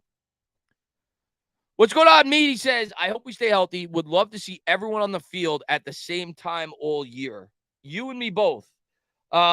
We say that every year, though. So hopefully this year the turf has a positive impact and we stay healthier. Because even last year, even with the new regime, we had a ton of injuries. The difference was our key guys, Daniel Jones, Saquon Barkley, Andrew Thomas, those guys stayed healthy, but we still had a lot of injuries last year. So hopefully our main guys could stay on the field. Of course, you're going to have injuries. It's the nature of the sport. Hurts was in it in the race last year. DJ could be in it this year. I don't think it's impossible to think he could be at least getting MVP votes if he has a really good year and the Giants win 12 games. I won't say it's impossible. Let's see. Who do you think ends up starting alongside McKinney come week 1? I would guess McCain, at least to start the year. Maybe Belton, right? Belton, McCain. Who's the rookie we draft? The safety we drafted, who I actually like, but I think he's going to be more of a special teams contributor early on. He's a hard hitter, though. I like watching his highlights. But, yeah, I would guess McCain or Pinnock, too, right? By the way, Pinnock, McCain, and Belton. Those are probably the 3 favorites going in. But I would lean either Pinnock or McCain. I think a veteran will probably start the year, but we'll see. That's an interesting position. Yeah, Owens. There you go, Javarius Owens. Yep. But I don't think he'll start the year. I think one of the veterans will be the starter to start the season at least. Oh, McLeod too. Yeah. It's kind of an open competition. There's like 3 or 4 guys that could win that spot. How many passes of more than 20 yards did DJ throw this year? Let's look. I'll tell you right now. Not a lot, because obviously the Giants' offense last year the goal was to limit turnovers. They knew the offensive line couldn't hold blocks, so on and so forth. 20 plus. Daniel Jones last year had 27 throws of 20 yards or more, which was higher than the year before, but of course he only played 11 games. He played 16 games last year and only had 27 passes of over 20 yards or more, which is like 1.5 a game. So you're hoping that goes up to 2019 levels, where in 13 games, really 12 games, because he only had remember his first game action, he only had one drive, and I think that was where he got rocked on a run. So really 12 starts, he had 39 20-plus yard passes, so a 3-to-1 ratio. So you're hoping if he plays 16 this year, if he's able to do that, you're looking at 48. It's almost double in terms of 20-plus yard passes. That's what you're hoping for. They start to open up the offense this year. I definitely think they're going to try to open up the offense to create more big plays this year. I'd be very surprised if they don't. But last year, yeah, he only had 27 20-plus yard passes. Let's see.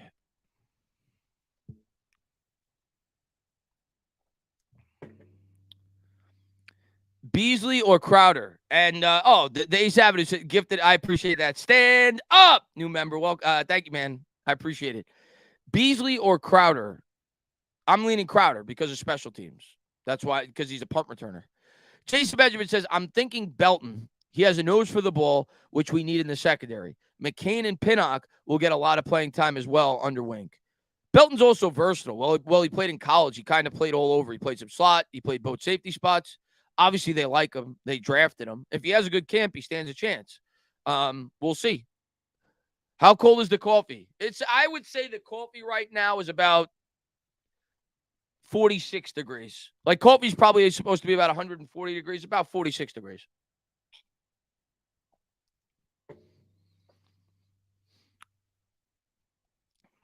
Nine and 8 regular season. Yeah, I've got my expectations going. And listen, I don't like to say they have to hit this number, otherwise it's a failure of a season, because they do play a really challenging schedule. You can't predict health. But going into the year, yeah, I think my expectations are 9 or 10 wins. That's where I'm at. I'm leaning actually closer to 10, but my conservative side says keep expectations a little bit lower so you're not super disappointed if things go south.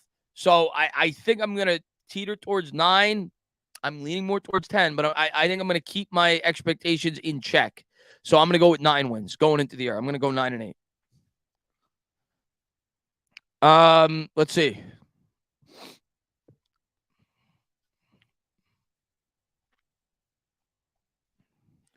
James says 11 and 6 from your lips to God's ears, man.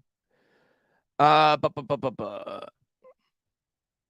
going with 10 wins. I could see. I mean, let's talk ourselves into 10 wins. Let's talk ourselves into 10 wins.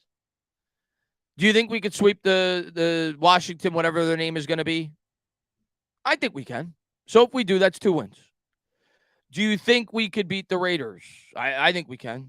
That's 3 wins. Do you think we could beat the Patriots? I think we can. That's 4 wins. Do you think we could split with Dallas? I think we can. That's 5 wins. The Cardinals without Kyler Murray. That's 6 wins. Let me look at the schedule. I think did I mention the Patriots? If I did, that's 7 wins. Giants schedule. Let's take a look. Saints. I think we could beat them. Let's take a look at the schedule. All right. I'm going to say we could split with Dallas. That's 1 win. Arizona, 2 wins. I think we could beat Seattle at home. They're traveling across the country, and we have extra rest. I think that could be 3 wins. I'll skip those games. I'll go to the games that I think we stand a good chance to win. Let's say we could sweep Washington. That's 5 wins. I think we could beat the Raiders. That's 6 wins. New England, 7. Green Bay without Rodgers, off the bye. I think we could win that game. That's 8. The Rams, that's 9. Saints, we can win. Like, I could talk myself into 10 wins. And I didn't even say Miami. I didn't say we're going to beat Buffalo. I didn't say we're going to beat the Jets. I could talk myself into 9 or 10 wins pretty easily. I know everybody says that this schedule is like a bear, and I'm not even factoring in the Eagles, the last game of the season, where they may be resting their starters if we need that game. I could easily talk myself into 9 or 10 wins. I just can. Of course, we got to stay healthy, but I can. Let's see.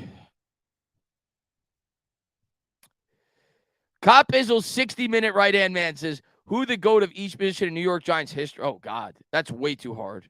I do not go back far enough to be able to give a good enough answer. I will talk based off of teams that I've seen, which I will go mid-90s and beyond. Quarterback still Eli Manning. Wide receiver, we're just talking one. Now, are we talking as – see, that's tough because are we talking as Giants or are we talking as talent? Because the GOAT wide receiver for the Giants is Amani Toomer. He owns every record. He won a Super Bowl, but the most talented is Odell Beckham. So how are we judging this? Are we judging it just based off talent or are we judging it based off what they did as Giants? If we're judging it based off what they did as Giants, I think you have to go Toomer. He owns every record. He won a Super Bowl. So how do you judge this? Running back, you're still going Barkley. Not Barkley, rather, Tiki Barber. Owns the record, was maybe the best running back in football for a 3-year span. So you got to go Tiki Barber. Hopefully Barkley passes him one day. Offensive line, just literally the offensive line from 2008. That entire line, just every one of them. Deals, O'Hara, Snee, McKenzie, just put them all of them. That line as a whole, ridiculous. Defense, Strahan off the edge. And then you got Tuck, you got Umenyiora, you got Osi. I said Osi rather. Tuck, Umenyiora, JPP. But I if I had to pick, I think I would go. If I got to pick two DNs, I'm going to go Strahan, and I'm going to go since I've been watching. So I can't say LT. I didn't get to see LT. I'm going to go Strahan, and I'm going to go Tuck. OC was so good. It's either Tuck or OC for the other one. Middle linebacker, I think it's probably Pierce since I've been watching the team. You also, of course, got Jesse Armstead. He's great. Keith Hamilton on the interior. You got to go Seorn at the cornerback. It's tough. I'd have to really look over it and give to give you the right answer. Antro Roll is one of the safeties probably. It's tough. But all time, of course, you're going LT. Tight end, you're going Bavaro. But since I've been watching Shockey,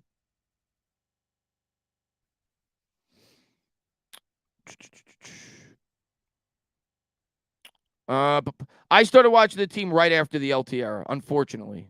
Mid-90s. That's when I started watching the team. Let's see what we got.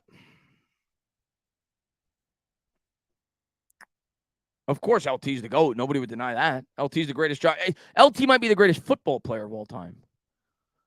I am stoked. We have a lot of key pieces in place now. If Jones is on point and hitting receivers, anything's possible. Let's go.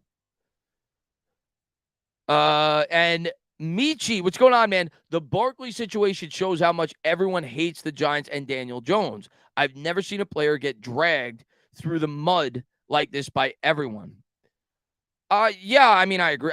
I think people hate Barkley too. I think people there's hate for both players. Barkley's gotten a lot of hate throughout his career too.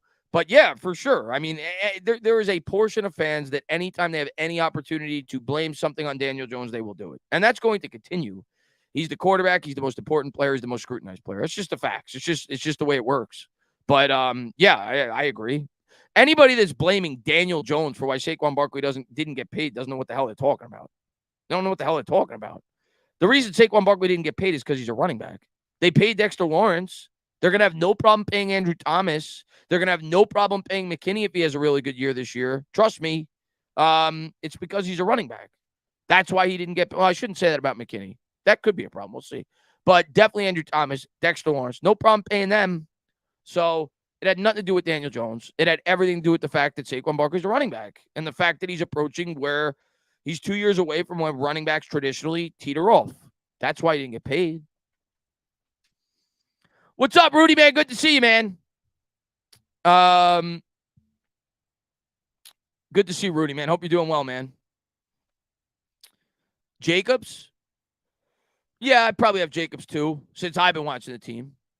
Rodney Hampton, actually. I think I'd have Hampton, too, since I've been watching it. Rodney Hampton was damn good. Um, Barkley and Hampton are Barkley's probably above Hampton already at this point. I think I'd have Tiki 1, Barkley 2, Hampton 3, Jacobs 4. That would be my order. Not in terms of what I like, in terms of as talents, as players. I love Jacobs. He's one of my favorite Giants of all time, along with Bradshaw. Who's your pick for the first receiving touchdown of the season? Darren Waller. Let's get it out of the way.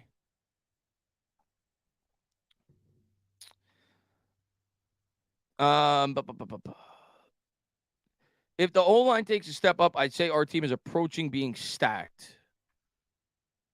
I don't want to use the term stacked yet, but if the O-line is league average, this offense is going to be very good.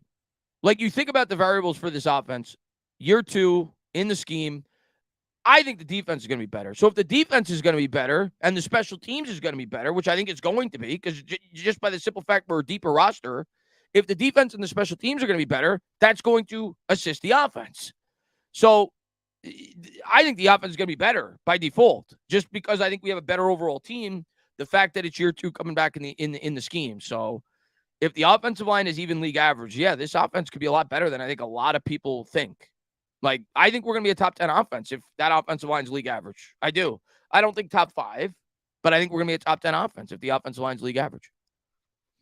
Did I watch Quarterback? Yes. I didn't watch the whole documentary yet. I think I watched maybe the first 4 episodes, and I think it's a really good documentary. I like the quarterbacks that they picked, not necessarily because I love those quarterbacks, but I think it was intentional that they picked different tiers of quarterbacks. You pick the best quarterback in the league in Pat Mahomes. You pick a guy who's kind of in the middle in Kirk Cousins, and then you pick a guy who's fighting for a roster spot in Marcus Mariota. So it shows you, the different perspectives, right? So, yeah, I think it's a really cool documentary, and it really shows you, all the hard work that these guys put in. When I bring up the second year in an offense, how important that is. Go back and watch that documentary where Kirk Cousins talking about how he feels like a rookie again at the beginning of the year with the Vikings when he's learning a new offense. So yeah, I think it's educational and it's fun to watch. Mickey says, Tana, were you able to catch any of the banter this offseason? No, but I'll definitely catch it in season. They're always entertaining going back and forth. Milkman says, hey, what's up, Chris? What are your thoughts on the worthless and pathetic New York Mets? I mean, I think Billy Epler should be fired. I think he should never be allowed to be a general manager in Major League Baseball. I think Schoen has done a disgraceful job in terms of not ripping this thing up. I think the ball boys need to be fired. I think the guys who sell hot dogs need to be fired. I think the beer salesmen need to be fired. I think Buck needs to be fired. That's my thoughts on the Mets. Other than that, I think they've had a great year. So other than that, they've been fantastic. And I think they should probably trade away every older player on the team. But other than that, they've been great. Let's see. Who do you guys think will get the who knows? Just hopefully we got a few more than what we got last year. We only got 6 as a team. What's up, Raphael, man? Thanks for popping in the stream, man. Who's New York? I'm going to be on New York Revival's channel tonight. Go check them out. Great guys. I'm excited. I'm going to be on there at 8 or 8:30. I can't remember, but I'm going to end this about 7 because I'm going to get something to eat, and then I'm going to pop on there for at least an hour or whatever it's going to be tonight. I'm looking forward to it.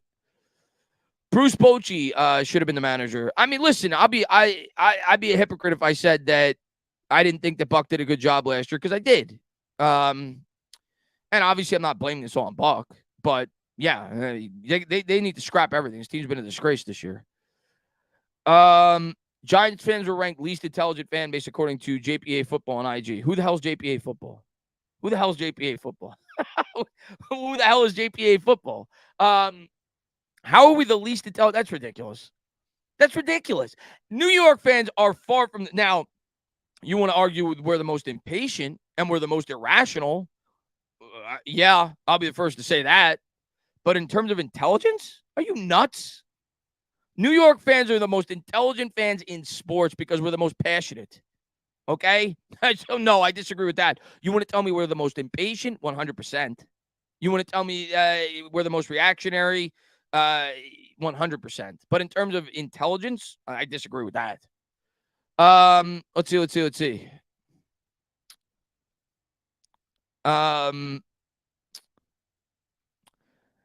Thibodeau sack, strip, recover, touchdown. Let's go, G-Men. I bought tickets to the Mets-Braves game in August months ago, considering Yeah, what a waste. Sorry, man. So, fortunately, I've only gone to 2 Met games this year. I haven't wasted my money too much on that team.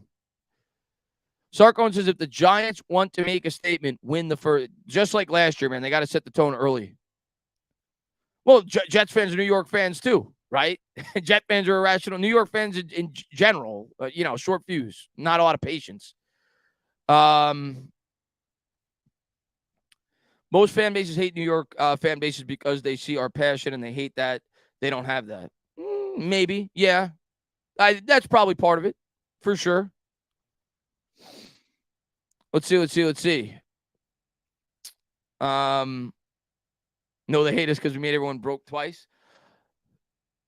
JPA football is a biased Commanders fan. Well, there you go. That's all you need to know. But thank you guys for being here. I appreciate it. I'm going to hang out with you guys for another half hour. I'm looking forward to doing these lives. Probably next week or the week after that. We're going to consistently go live at least once a week. Well, I'll be live on Bad Dogs channel, I think on Thursday or Friday. I forgot what day. So we're doing that show every week, alternating channels. But we're going to be active a lot. We're going to be doing videos. We're going to be going live as this season gets closer, man. I can't wait to continue to talk about this team with you guys. It's going to be a really fun year on the channel. First Take said we were 4th in the NFC East. They're crazy.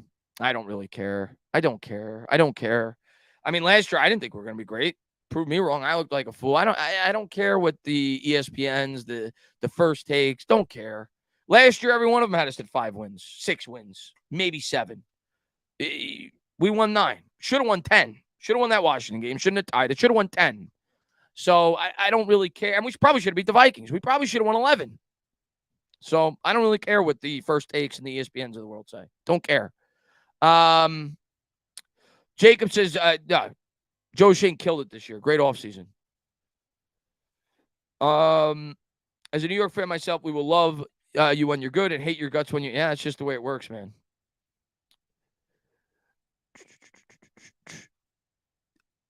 That's why I'm confident with my 12 and 5. I hope you're right, amazing guy. I'm trying to keep it a little more in check, but I hope you're right. I won't rule 12 wins out. I think it's possible. Sherrod says First Take made all that fuss for us to pay Barkley for them to still say we're the worst in the... Here's the thing, Sherrod. Let's be honest. The ESPNs of the world or the negative Giants fans or the broad NFL fan, no matter what the Giants did in either scenario, Daniel Jones or Saquon Barkley, they were going to say we made the wrong decision. No matter what we did. If we franchise tag Daniel Jones, they would have said, how did you commit $32 million against the cap? Now you can't sign anybody. Ha, ha, ha, ha. If we traded 3 or 4 first-round picks to trade up and get Anthony Richardson, they would have said, the Giants are nuts. They got nobody on this team. Now they got no draft capital. They got to put a quarterback into that situation. If they did what they did with Daniel Jones, they would have called us fools. Saquon Barkley, if we didn't sign Saquon Barkley, they would have said, he's your best player, and you let him walk. If we would have signed Saquon Barkley, they would have said, oh, my God, he's a running back. Are you stupid? No matter what the Giants did, no matter what Joe Schoen did in the situation that he was presented with this offseason, they would have said we were stupid. I don't really care. I think Joe Schoen did the right thing. And that's all I really care about. I don't care what ESPN says. I don't care what Fox Sports says. I don't care. In the situation that he was given, he made the right decision, period. What other choice did you have? What choice did you have but to give Daniel Jones a similar contract to what you did? You were picking 25th. The guy's 25. He showed promise last year. You had no other choice. None. I don't want to hear about Marcus Mariota. I don't want to hear about these nonsense possibilities. That was the only choice we had. And to be able to tag Barkley, that's a win. No matter what, they would have bashed the New York Giants for the decision that they made. And I don't care. I think they made the right decision. What's up, Denroy, man? Thanks for popping in the stream, man. What's up, Dolph? Haters going to hate and go smoke the copium. Piss off. What's up, James Vegas, man? Thanks for popping in. Authentic says that was a great point. That's just the way it works, Authentic. That's the way the media works, man. They know that New York is an easy target. They know it's headlines, and they try to start. You realize it more and more as you make content, as you talk about this team, and you see what ESPN says, you see what Fox Sports says. No matter specifically in the situations that the New York Giants were presented this offseason, no matter what they did, that they were going to get slammed for it. No matter what they did, they were going to get slammed for it. Denroy says only older great quarterbacks really gave us credit this season. Yeah. What's up, X-Man? Thanks for popping in the stream, man. I see New York Giants building a lot of competition on the offense and the defense. I haven't seen that in years. Do you think that's – of course that's a good thing. The more depth you have, the more competition you have. Football is a game of injuries. People are going to get hurt. You want to have as much depth, as much competition as you can going into camp. This is as deep as we've been pretty much at every position on the roster outside of a select few going into camp. I am a little worried about the overall depth, especially at the tackle position on the offensive line. I don't really think we have anybody outside of Evan Neal and Andrew Thomas that I even trust in a pinch in terms of a swing tackle. I worry about that. But overall, I think we got good depth throughout a lot of the parts on this roster. Off the edge, not a lot of depth there. You worry about that. But I think we're pretty deep at the defensive line. I think we're pretty deep at the wide receiver. We're pretty deep at the running back spot. Interior offensive line, I think we don't have a lot of quality, but I think we have decent depth there. Cornerback, we're young, so we're inexperienced, but I think we have decent depth there. There's definitely spots that are not super deep, but we're much deeper than we were in recent years as this team continues to build. Goblin says, I can't wait for Jones to shut everybody up. You and me both, man. Can't wait. Juan says that we finally have directions. We have a competent front office finally. If anyone doubted it before, you've got to give credit when it's due. Dude, we have a general manager that has a clear direction, that has a clear plan. That alone is refreshing, right? Shane came in here. He has not steered away from his plan. He stuck to his guns. He showed he's not going to get pushed around. I think you got to respect that if you're a fan of this football team. Got to focus on the interior O-line next offseason, 100%. We're going to need another guard. Obviously, we all got to hope that JMS is the real deal at the center. He's the next 10-year, the 10-year guy there at the center spot. We got to hope that Evan Neal develops into what we know and think he can be. And then, I think we need to add at least another guard, if not two. We'll see what Azudu becomes. But, I'm a firm believer. Even if you have an established offensive line, you should always draft offensive linemen every draft. Every draft. You could never have enough depth at that position, ever, because you may lose some guys to free agency. You always want to be developing younger players at that position that could potentially step in. So I am always a guy. I'm not saying in the first round, but you always want to draft offensive linemen every single draft. Marmar says we are building this team around Jones, and this is how you build a team. 100%. 100%, Marmar. Let's see. Do you think the Cowboys overpaid Diggs? I mean, it's the market. It's the market. So I'm not going to kill him. He's a young cornerback. I think he's a little bit overrated. But in terms of being a playmaker, he's one of the better, if not the best in the league in terms of, interceptions and things of that nature. He's not the best in coverage. He gives up a lot of big plays. But that's the market. You want to pay a young player like that, you're going to pay top of the market value. It's what we did with Dex. It's what we're going to do with Andrew Thomas. So that's just the way it is. They were going to have to pay him. They said, let's get it out of the way now so we don't have to wait another year or two as the market continues to grow. The cornerback position is not like the running back position. That's, to me, that's why these positions are worth what they're worth when they hit the open market. There's a reason there's a running back by committee. There's no cornerback by committee. There's no cornerback one by committee. There's just not. There's no quarterback by committee. There's no wide receiver one by committee. Cornerback's one of the 3 or 4 most valuable positions in the sport. Look at what Sauce Gardner did for that Jets defense last year. When you could stick a guy out on an island, it allows you to do so much more with your defense. So that's just the going rate for a young corner, right? If Deonte Banks becomes a very good corner, we're going to have to pay him top of the market value. That's just the way it works. But he's probably overpaid, but that's what young cornerbacks get. I'm happy they paid him. I think he's overrated, but I'm not surprised he got what he got. Jay says, I think we have our guards, Brett and Azudu for now. I hope so. I'd still like to draft another guard personally. Are the sunglasses going to be brought out this season? Of course. Murdoch says you can't have enough good 300-pound. I dream about 300-pound every night. You know that. Whether it's offensive lineman, defensive lineman, whether it's Wink Martindale. I dream about 300-pound men every night. Giants will have a ton of decisions next offseason. I mean, no more than they had this offseason.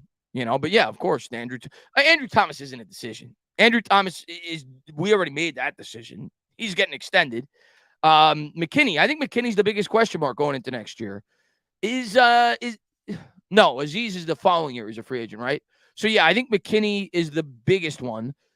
If you want to consider a Dorian Leonard-Williams decision, sure. I don't think they're going to be back, but it'll depend on their market. Maybe Leo comes back if he's willing to take a cheap deal. But I don't think we're going to pay a Dory high-end money. And if he has a good year, he's going to be able to get that somewhere. So that's why I thought it was imperative that we drafted a cornerback this year, especially in a rich cornerback class, because I was thinking about long-term with Adoree Jackson. And I wouldn't be surprised if we take a cornerback next year in the first round, especially if we let Adoree leave. But, yeah, Adoree's a question. Leonard Williams is a question. McKinney, I think, is the big one, though. What do you do with McKinney? Do you tag him? Do you extend him? Do you keep him? And a lot of that's going to depend on how he plays this year.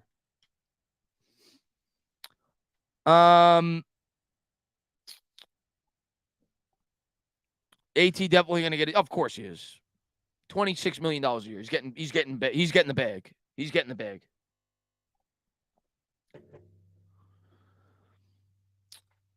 If they tag McKinney, do they extend Saquon? It depends. Is Saquon willing to sign? We already know that if the Giants weren't willing to give Saquon 13, 14 a year on a 3 or 4 year deal this offseason, they're certainly not going to be willing to do it next year. Even if he matches or even surpasses what he did last year, he's going to be a year older. He's going to be 27.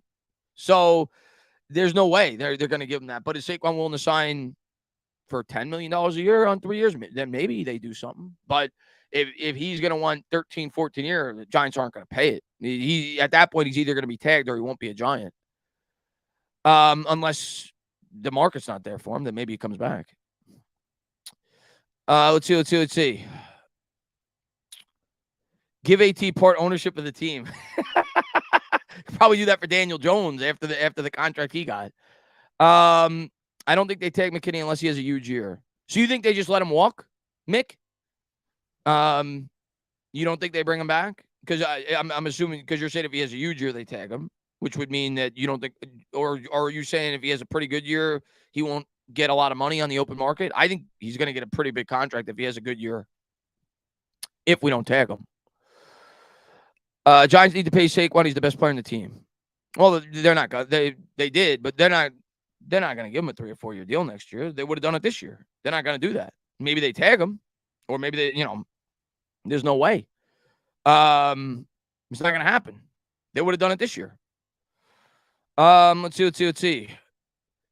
Cowboys should have paid Zach Martin than paying for Diggs, but I am happy if Martin decides to leave. That'd be great. I mean, in a fair world, Saquon would get a contract after this year if he has another big year, but he's going to be 27. Like, he's worth less just because he's a year older at the running back spot.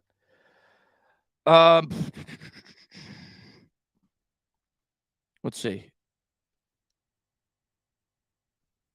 How is that going to work with Barkley? 2 year deal for Barkley? I mean, if you were to tag McKinney, maybe Barkley's not back.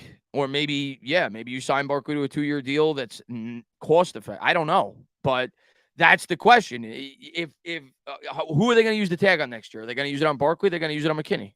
I think those are the two players that they're clearly going to be faced with potentially tagging. Now, the safety tag is actually higher than the running back tag. It's pretty significantly higher. I think this year it's 14 and the running back is 10. And the safety market's only going up. You look at the highest paid safeties, I think like they're approaching $20 million. The safeties have seen a dramatic increase in terms of their market.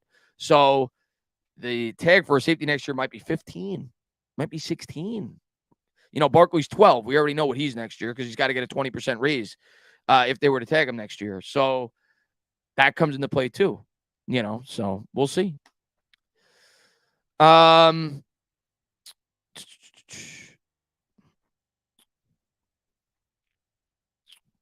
Safety takes 14.5 this year, but it's probably going to go up next year because safeties continue to get paid. Safety market is dropping. Well, let's look at the highest paid safeties in the league right now. I'm pretty sure I looked at this the other day, and their safety's making close to $20 million. The top ones, of course. Right now, you've got Derwin James is making $19 million a year. He's the highest in terms of per year contract. The highest paid running back, I think, is $15 a year. Maybe McCaffrey's 15.5, but I think it's right around 15 a year. Then you got Minka Fitzpatrick at 18.2. You got Jamal Adams at 17.5. Jesse Bates at 16. Harrison Smith at 16. Justin Simmons at 15.25. And Budda Baker right under 15. So you've got 1, 2, 3, 4, 5. You got 7 safeties that make as much or more, basically, than the highest paid running back in the sport on an average per year basis. Then you got Eddie Jackson at 14.6. Marcus Williams at 14. So the safety tag is obviously going to be higher than the running back tag. Running back market's only gone down. Let's see. CMC 16. Okay. So 1. The Giants fan says it's been a long offseason. Can't wait for week 1. Saquon over under 2,000 yards. I think he goes under. But that's not because I think he's going to have a great year. I just think they're going to use a little bit more of a committee approach. I think they're going to keep him a little fresher, and they're going to try to get bigger plays out of him, more explosive plays. I don't think he goes 2,000 scrimmage yards, but I could see him going 1,600, 1,650, 1,700 maybe scrimmage yards if he stays healthy all year. But I think they use him a little bit less, but less is more because I think they get more effectiveness out of those touches. Bill, thank you so much, man. I appreciate it. He says, praying Smith is a freakishly good rookie and Neal has a Thomas jump. Then DJ and Saquon will kill it. Need a much improved offensive line to hang with the good teams. Well, that's always the key. We say it every year, but especially this year, Bill, right? Because we see all the potential. We see the growth last year, and we just say to ourselves, if they can even have an average offensive line with these improved weapons, with Jones coming back in the offense, with this coaching staff, this offense could actually be pretty damn good. But that's always the key. We say it every year because it's the truth. It's the key. All you got to do is go back and look at the Eagles and Cowboys games. We got demolished up at the line of scrimmage. Demolished. We didn't have a chance in those games. Same thing in the Lions game. You know, everybody talked about how the Lions had the offense, and they did. They had a really good offense last year. But what shocked me in that game was their defense. We couldn't run the ball on them. They were getting pressure off the edge. So that's to me, when you go back and look at all the games we lost last year, for the most part, in every single one of those games, we got destroyed up at the point of attack. Destroyed. The only game I could think of that we, maybe the Seahawks game, and that was because of the 2 fumbles by Richie James on the punt. But other than that, and the Vikings game, but we should have won that game. We got destroyed up at the point of attack. Let's see. How many running backs do you think we carry? I'm leaning 4. I'd have to really. I will let you know as camp goes underway because I'm trying. All right, let's say we keep 9 linemen. 9 linemen. I'm leaning 7 wide receivers, so that's 16 spots. I think we'll go with 2 quarterbacks. That's 18. I'll go with 3 tight ends. That's 21. And then that leaves what? What does that leave? That leaves the running back. Let's say we go with 4 running backs. That's 25. 3 on special teams. You're at 28. I think we're going to go with 3. I think we're going to go with, if I had to guess, I think 3 running backs. I think we'll go with 24 on offense plus the 3 specials is 27. And then that leaves 26 spots for the defense. That's where I'm slightly leaning now. Maybe go 4. Maybe go 4. I don't know. It's a good question. It's obviously 3 or 4. We're not going more than that, but I'll slightly lean 4, I guess, right now. But I don't know. I'm intrigued to see how they formulate this roster at the end of training camp. I'm excited about ours. Did you see what AB said about? No, I did not. We get a 3rd quarterback spot does not count towards. Oh, that's right. I forgot about the new rule, which is the only reason why Malik Willis is going to stay on with the Titans, right? They're going to go with 3 quarterbacks because of that new rule. I forgot about that. Good call, Corey, which I think is a great rule, by the way, right? You think back to the Giants game last year where Daniel Jones got hurt, and then I think Tyrod Taylor got dinged up, and we had to run the Wildcat for the last 2 drives or whatever it was. And then Daniel Jones comes limping back onto the field. If you're going to expand the schedule, if you're going to add another game in a sport that is that violent, yeah, you should be allowed to carry 3 quarterbacks without penalty. So I like that rule change. I forgot about that. What's up, Carl, man? Thanks for popping in the stream.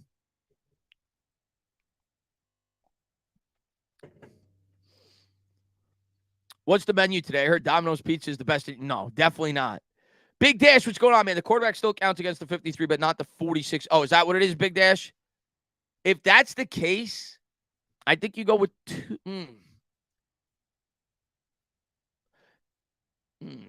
I'd prefer 2. but there may be certain games where they carry 3. If I could see maybe something like that. If that's the case, I think the 53-man roster, they still go with 2. PTA, what's going on? Stand up. Good to see you, Pest. Hope you're doing well. I saw the pictures in San Francisco, man. I went to San Francisco when I was 18 years old, and I haven't been back since. I loved it. It was great. I went to San Francisco. I went to LA, and I went to. I didn't go to San Diego. If I go back to California, that's where I want to go next. But San Francisco's awesome. Who's our DeVito? I guess is our third quarterback right now. Let's see. Yeah. I'm glad to see you had a good time, man.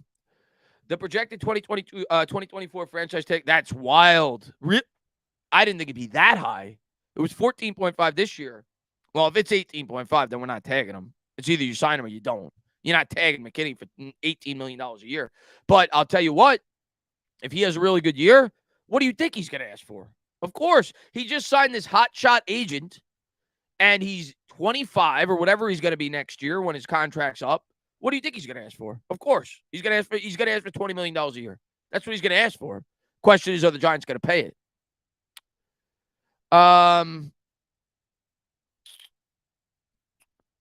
What's up, big hitters? Thanks for popping in.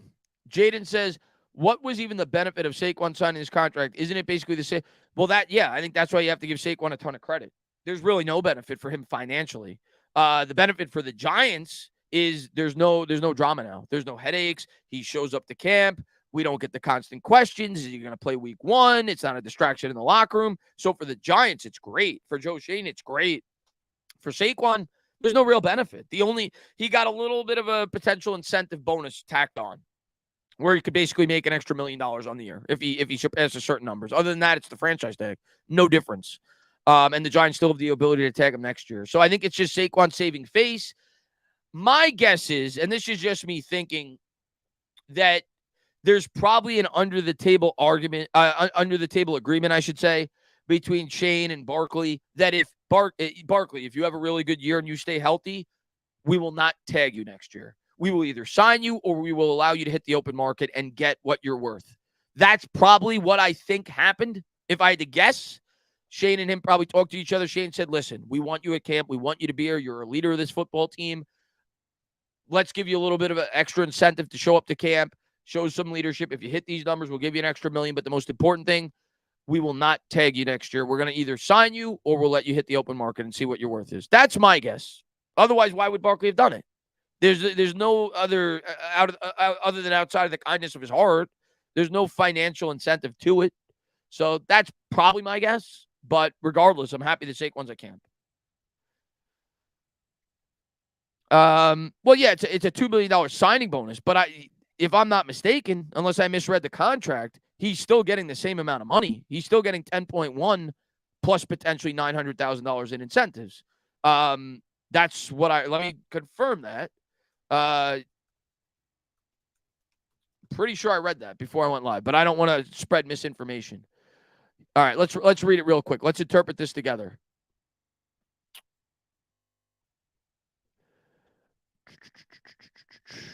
According to Sports Illustrated, the base value of Barkley's deal is what he would have made playing under the franchise tag, meaning $10.1 million.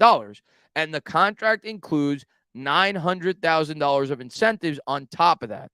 Per ESPN, the incentives threshold includes 1,300 rushing yards, 11 touchdowns, and 65 catches. So the way that I interpret that is there's a $2 million signing bonus, but he's just basically that $2 million is guaranteed money in case he gets hurt at camp. That's the way I read it. It's like, show up to camp. If you get hurt, you're getting your $2 million signing bonus. That's the way I'm reading that. And then he could get an additional $900,000 if he hits that incentives. Maybe I'm wrong, but unless that is wrong, that's the way I'm reading that. He's getting basically the franchise tag.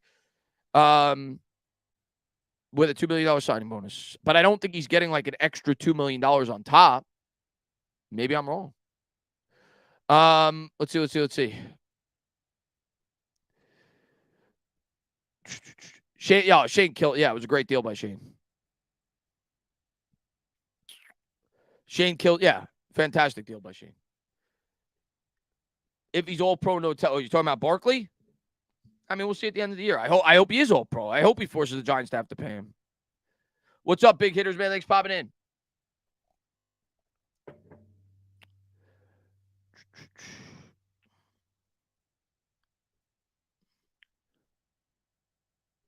But I'm actually going to end. I was going to end at 7 because I'm going. By the way, check out. I'm going to be on a channel tonight. If somebody could post a link in the chat, go on over there and check them out. I'm going to be on a channel tonight at New York Revival, it's called, by the way. And I think it's at 8. So it's in an hour. I'm going to pop on there. 3 great guys. I've been on their channel before. They're trying to build up their channel. 3 great guys. They've had so many cool guests on their channel. I think they've had like a lot of people from ESPN. I think Joy Taylor's been on there. They've had, I don't even remember. I think they've had former players. So it'll be cool to pop on there tonight. So go on over there, check them out. Oh, 8:30. It's at 8:30. All right. Yeah. So go head on over there. Jaden says, can't Saquon take the guaranteed bonus and sit out the year? What's guaranteed?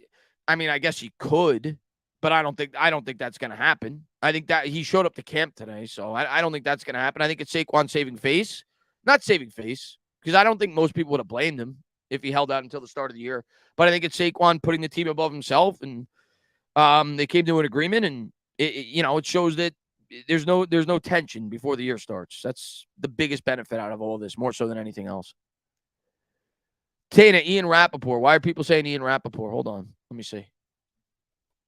What did Ian Rappaport say? As I check X. What the hell is that, by the way? They got rid of the bird. Now they got a big X on Twitter. What the hell is that? Let me see if Ian Rappaport said anything interesting. 1 minute ago, the Chargers and star quarterback Justin Herbert have agreed to terms on a blockbuster 5-year extension worth $262.5 million. How much is guaranteed, but ridiculous. That's insane. But that's the quarterback market. I mean, that's around what Hurts got, right?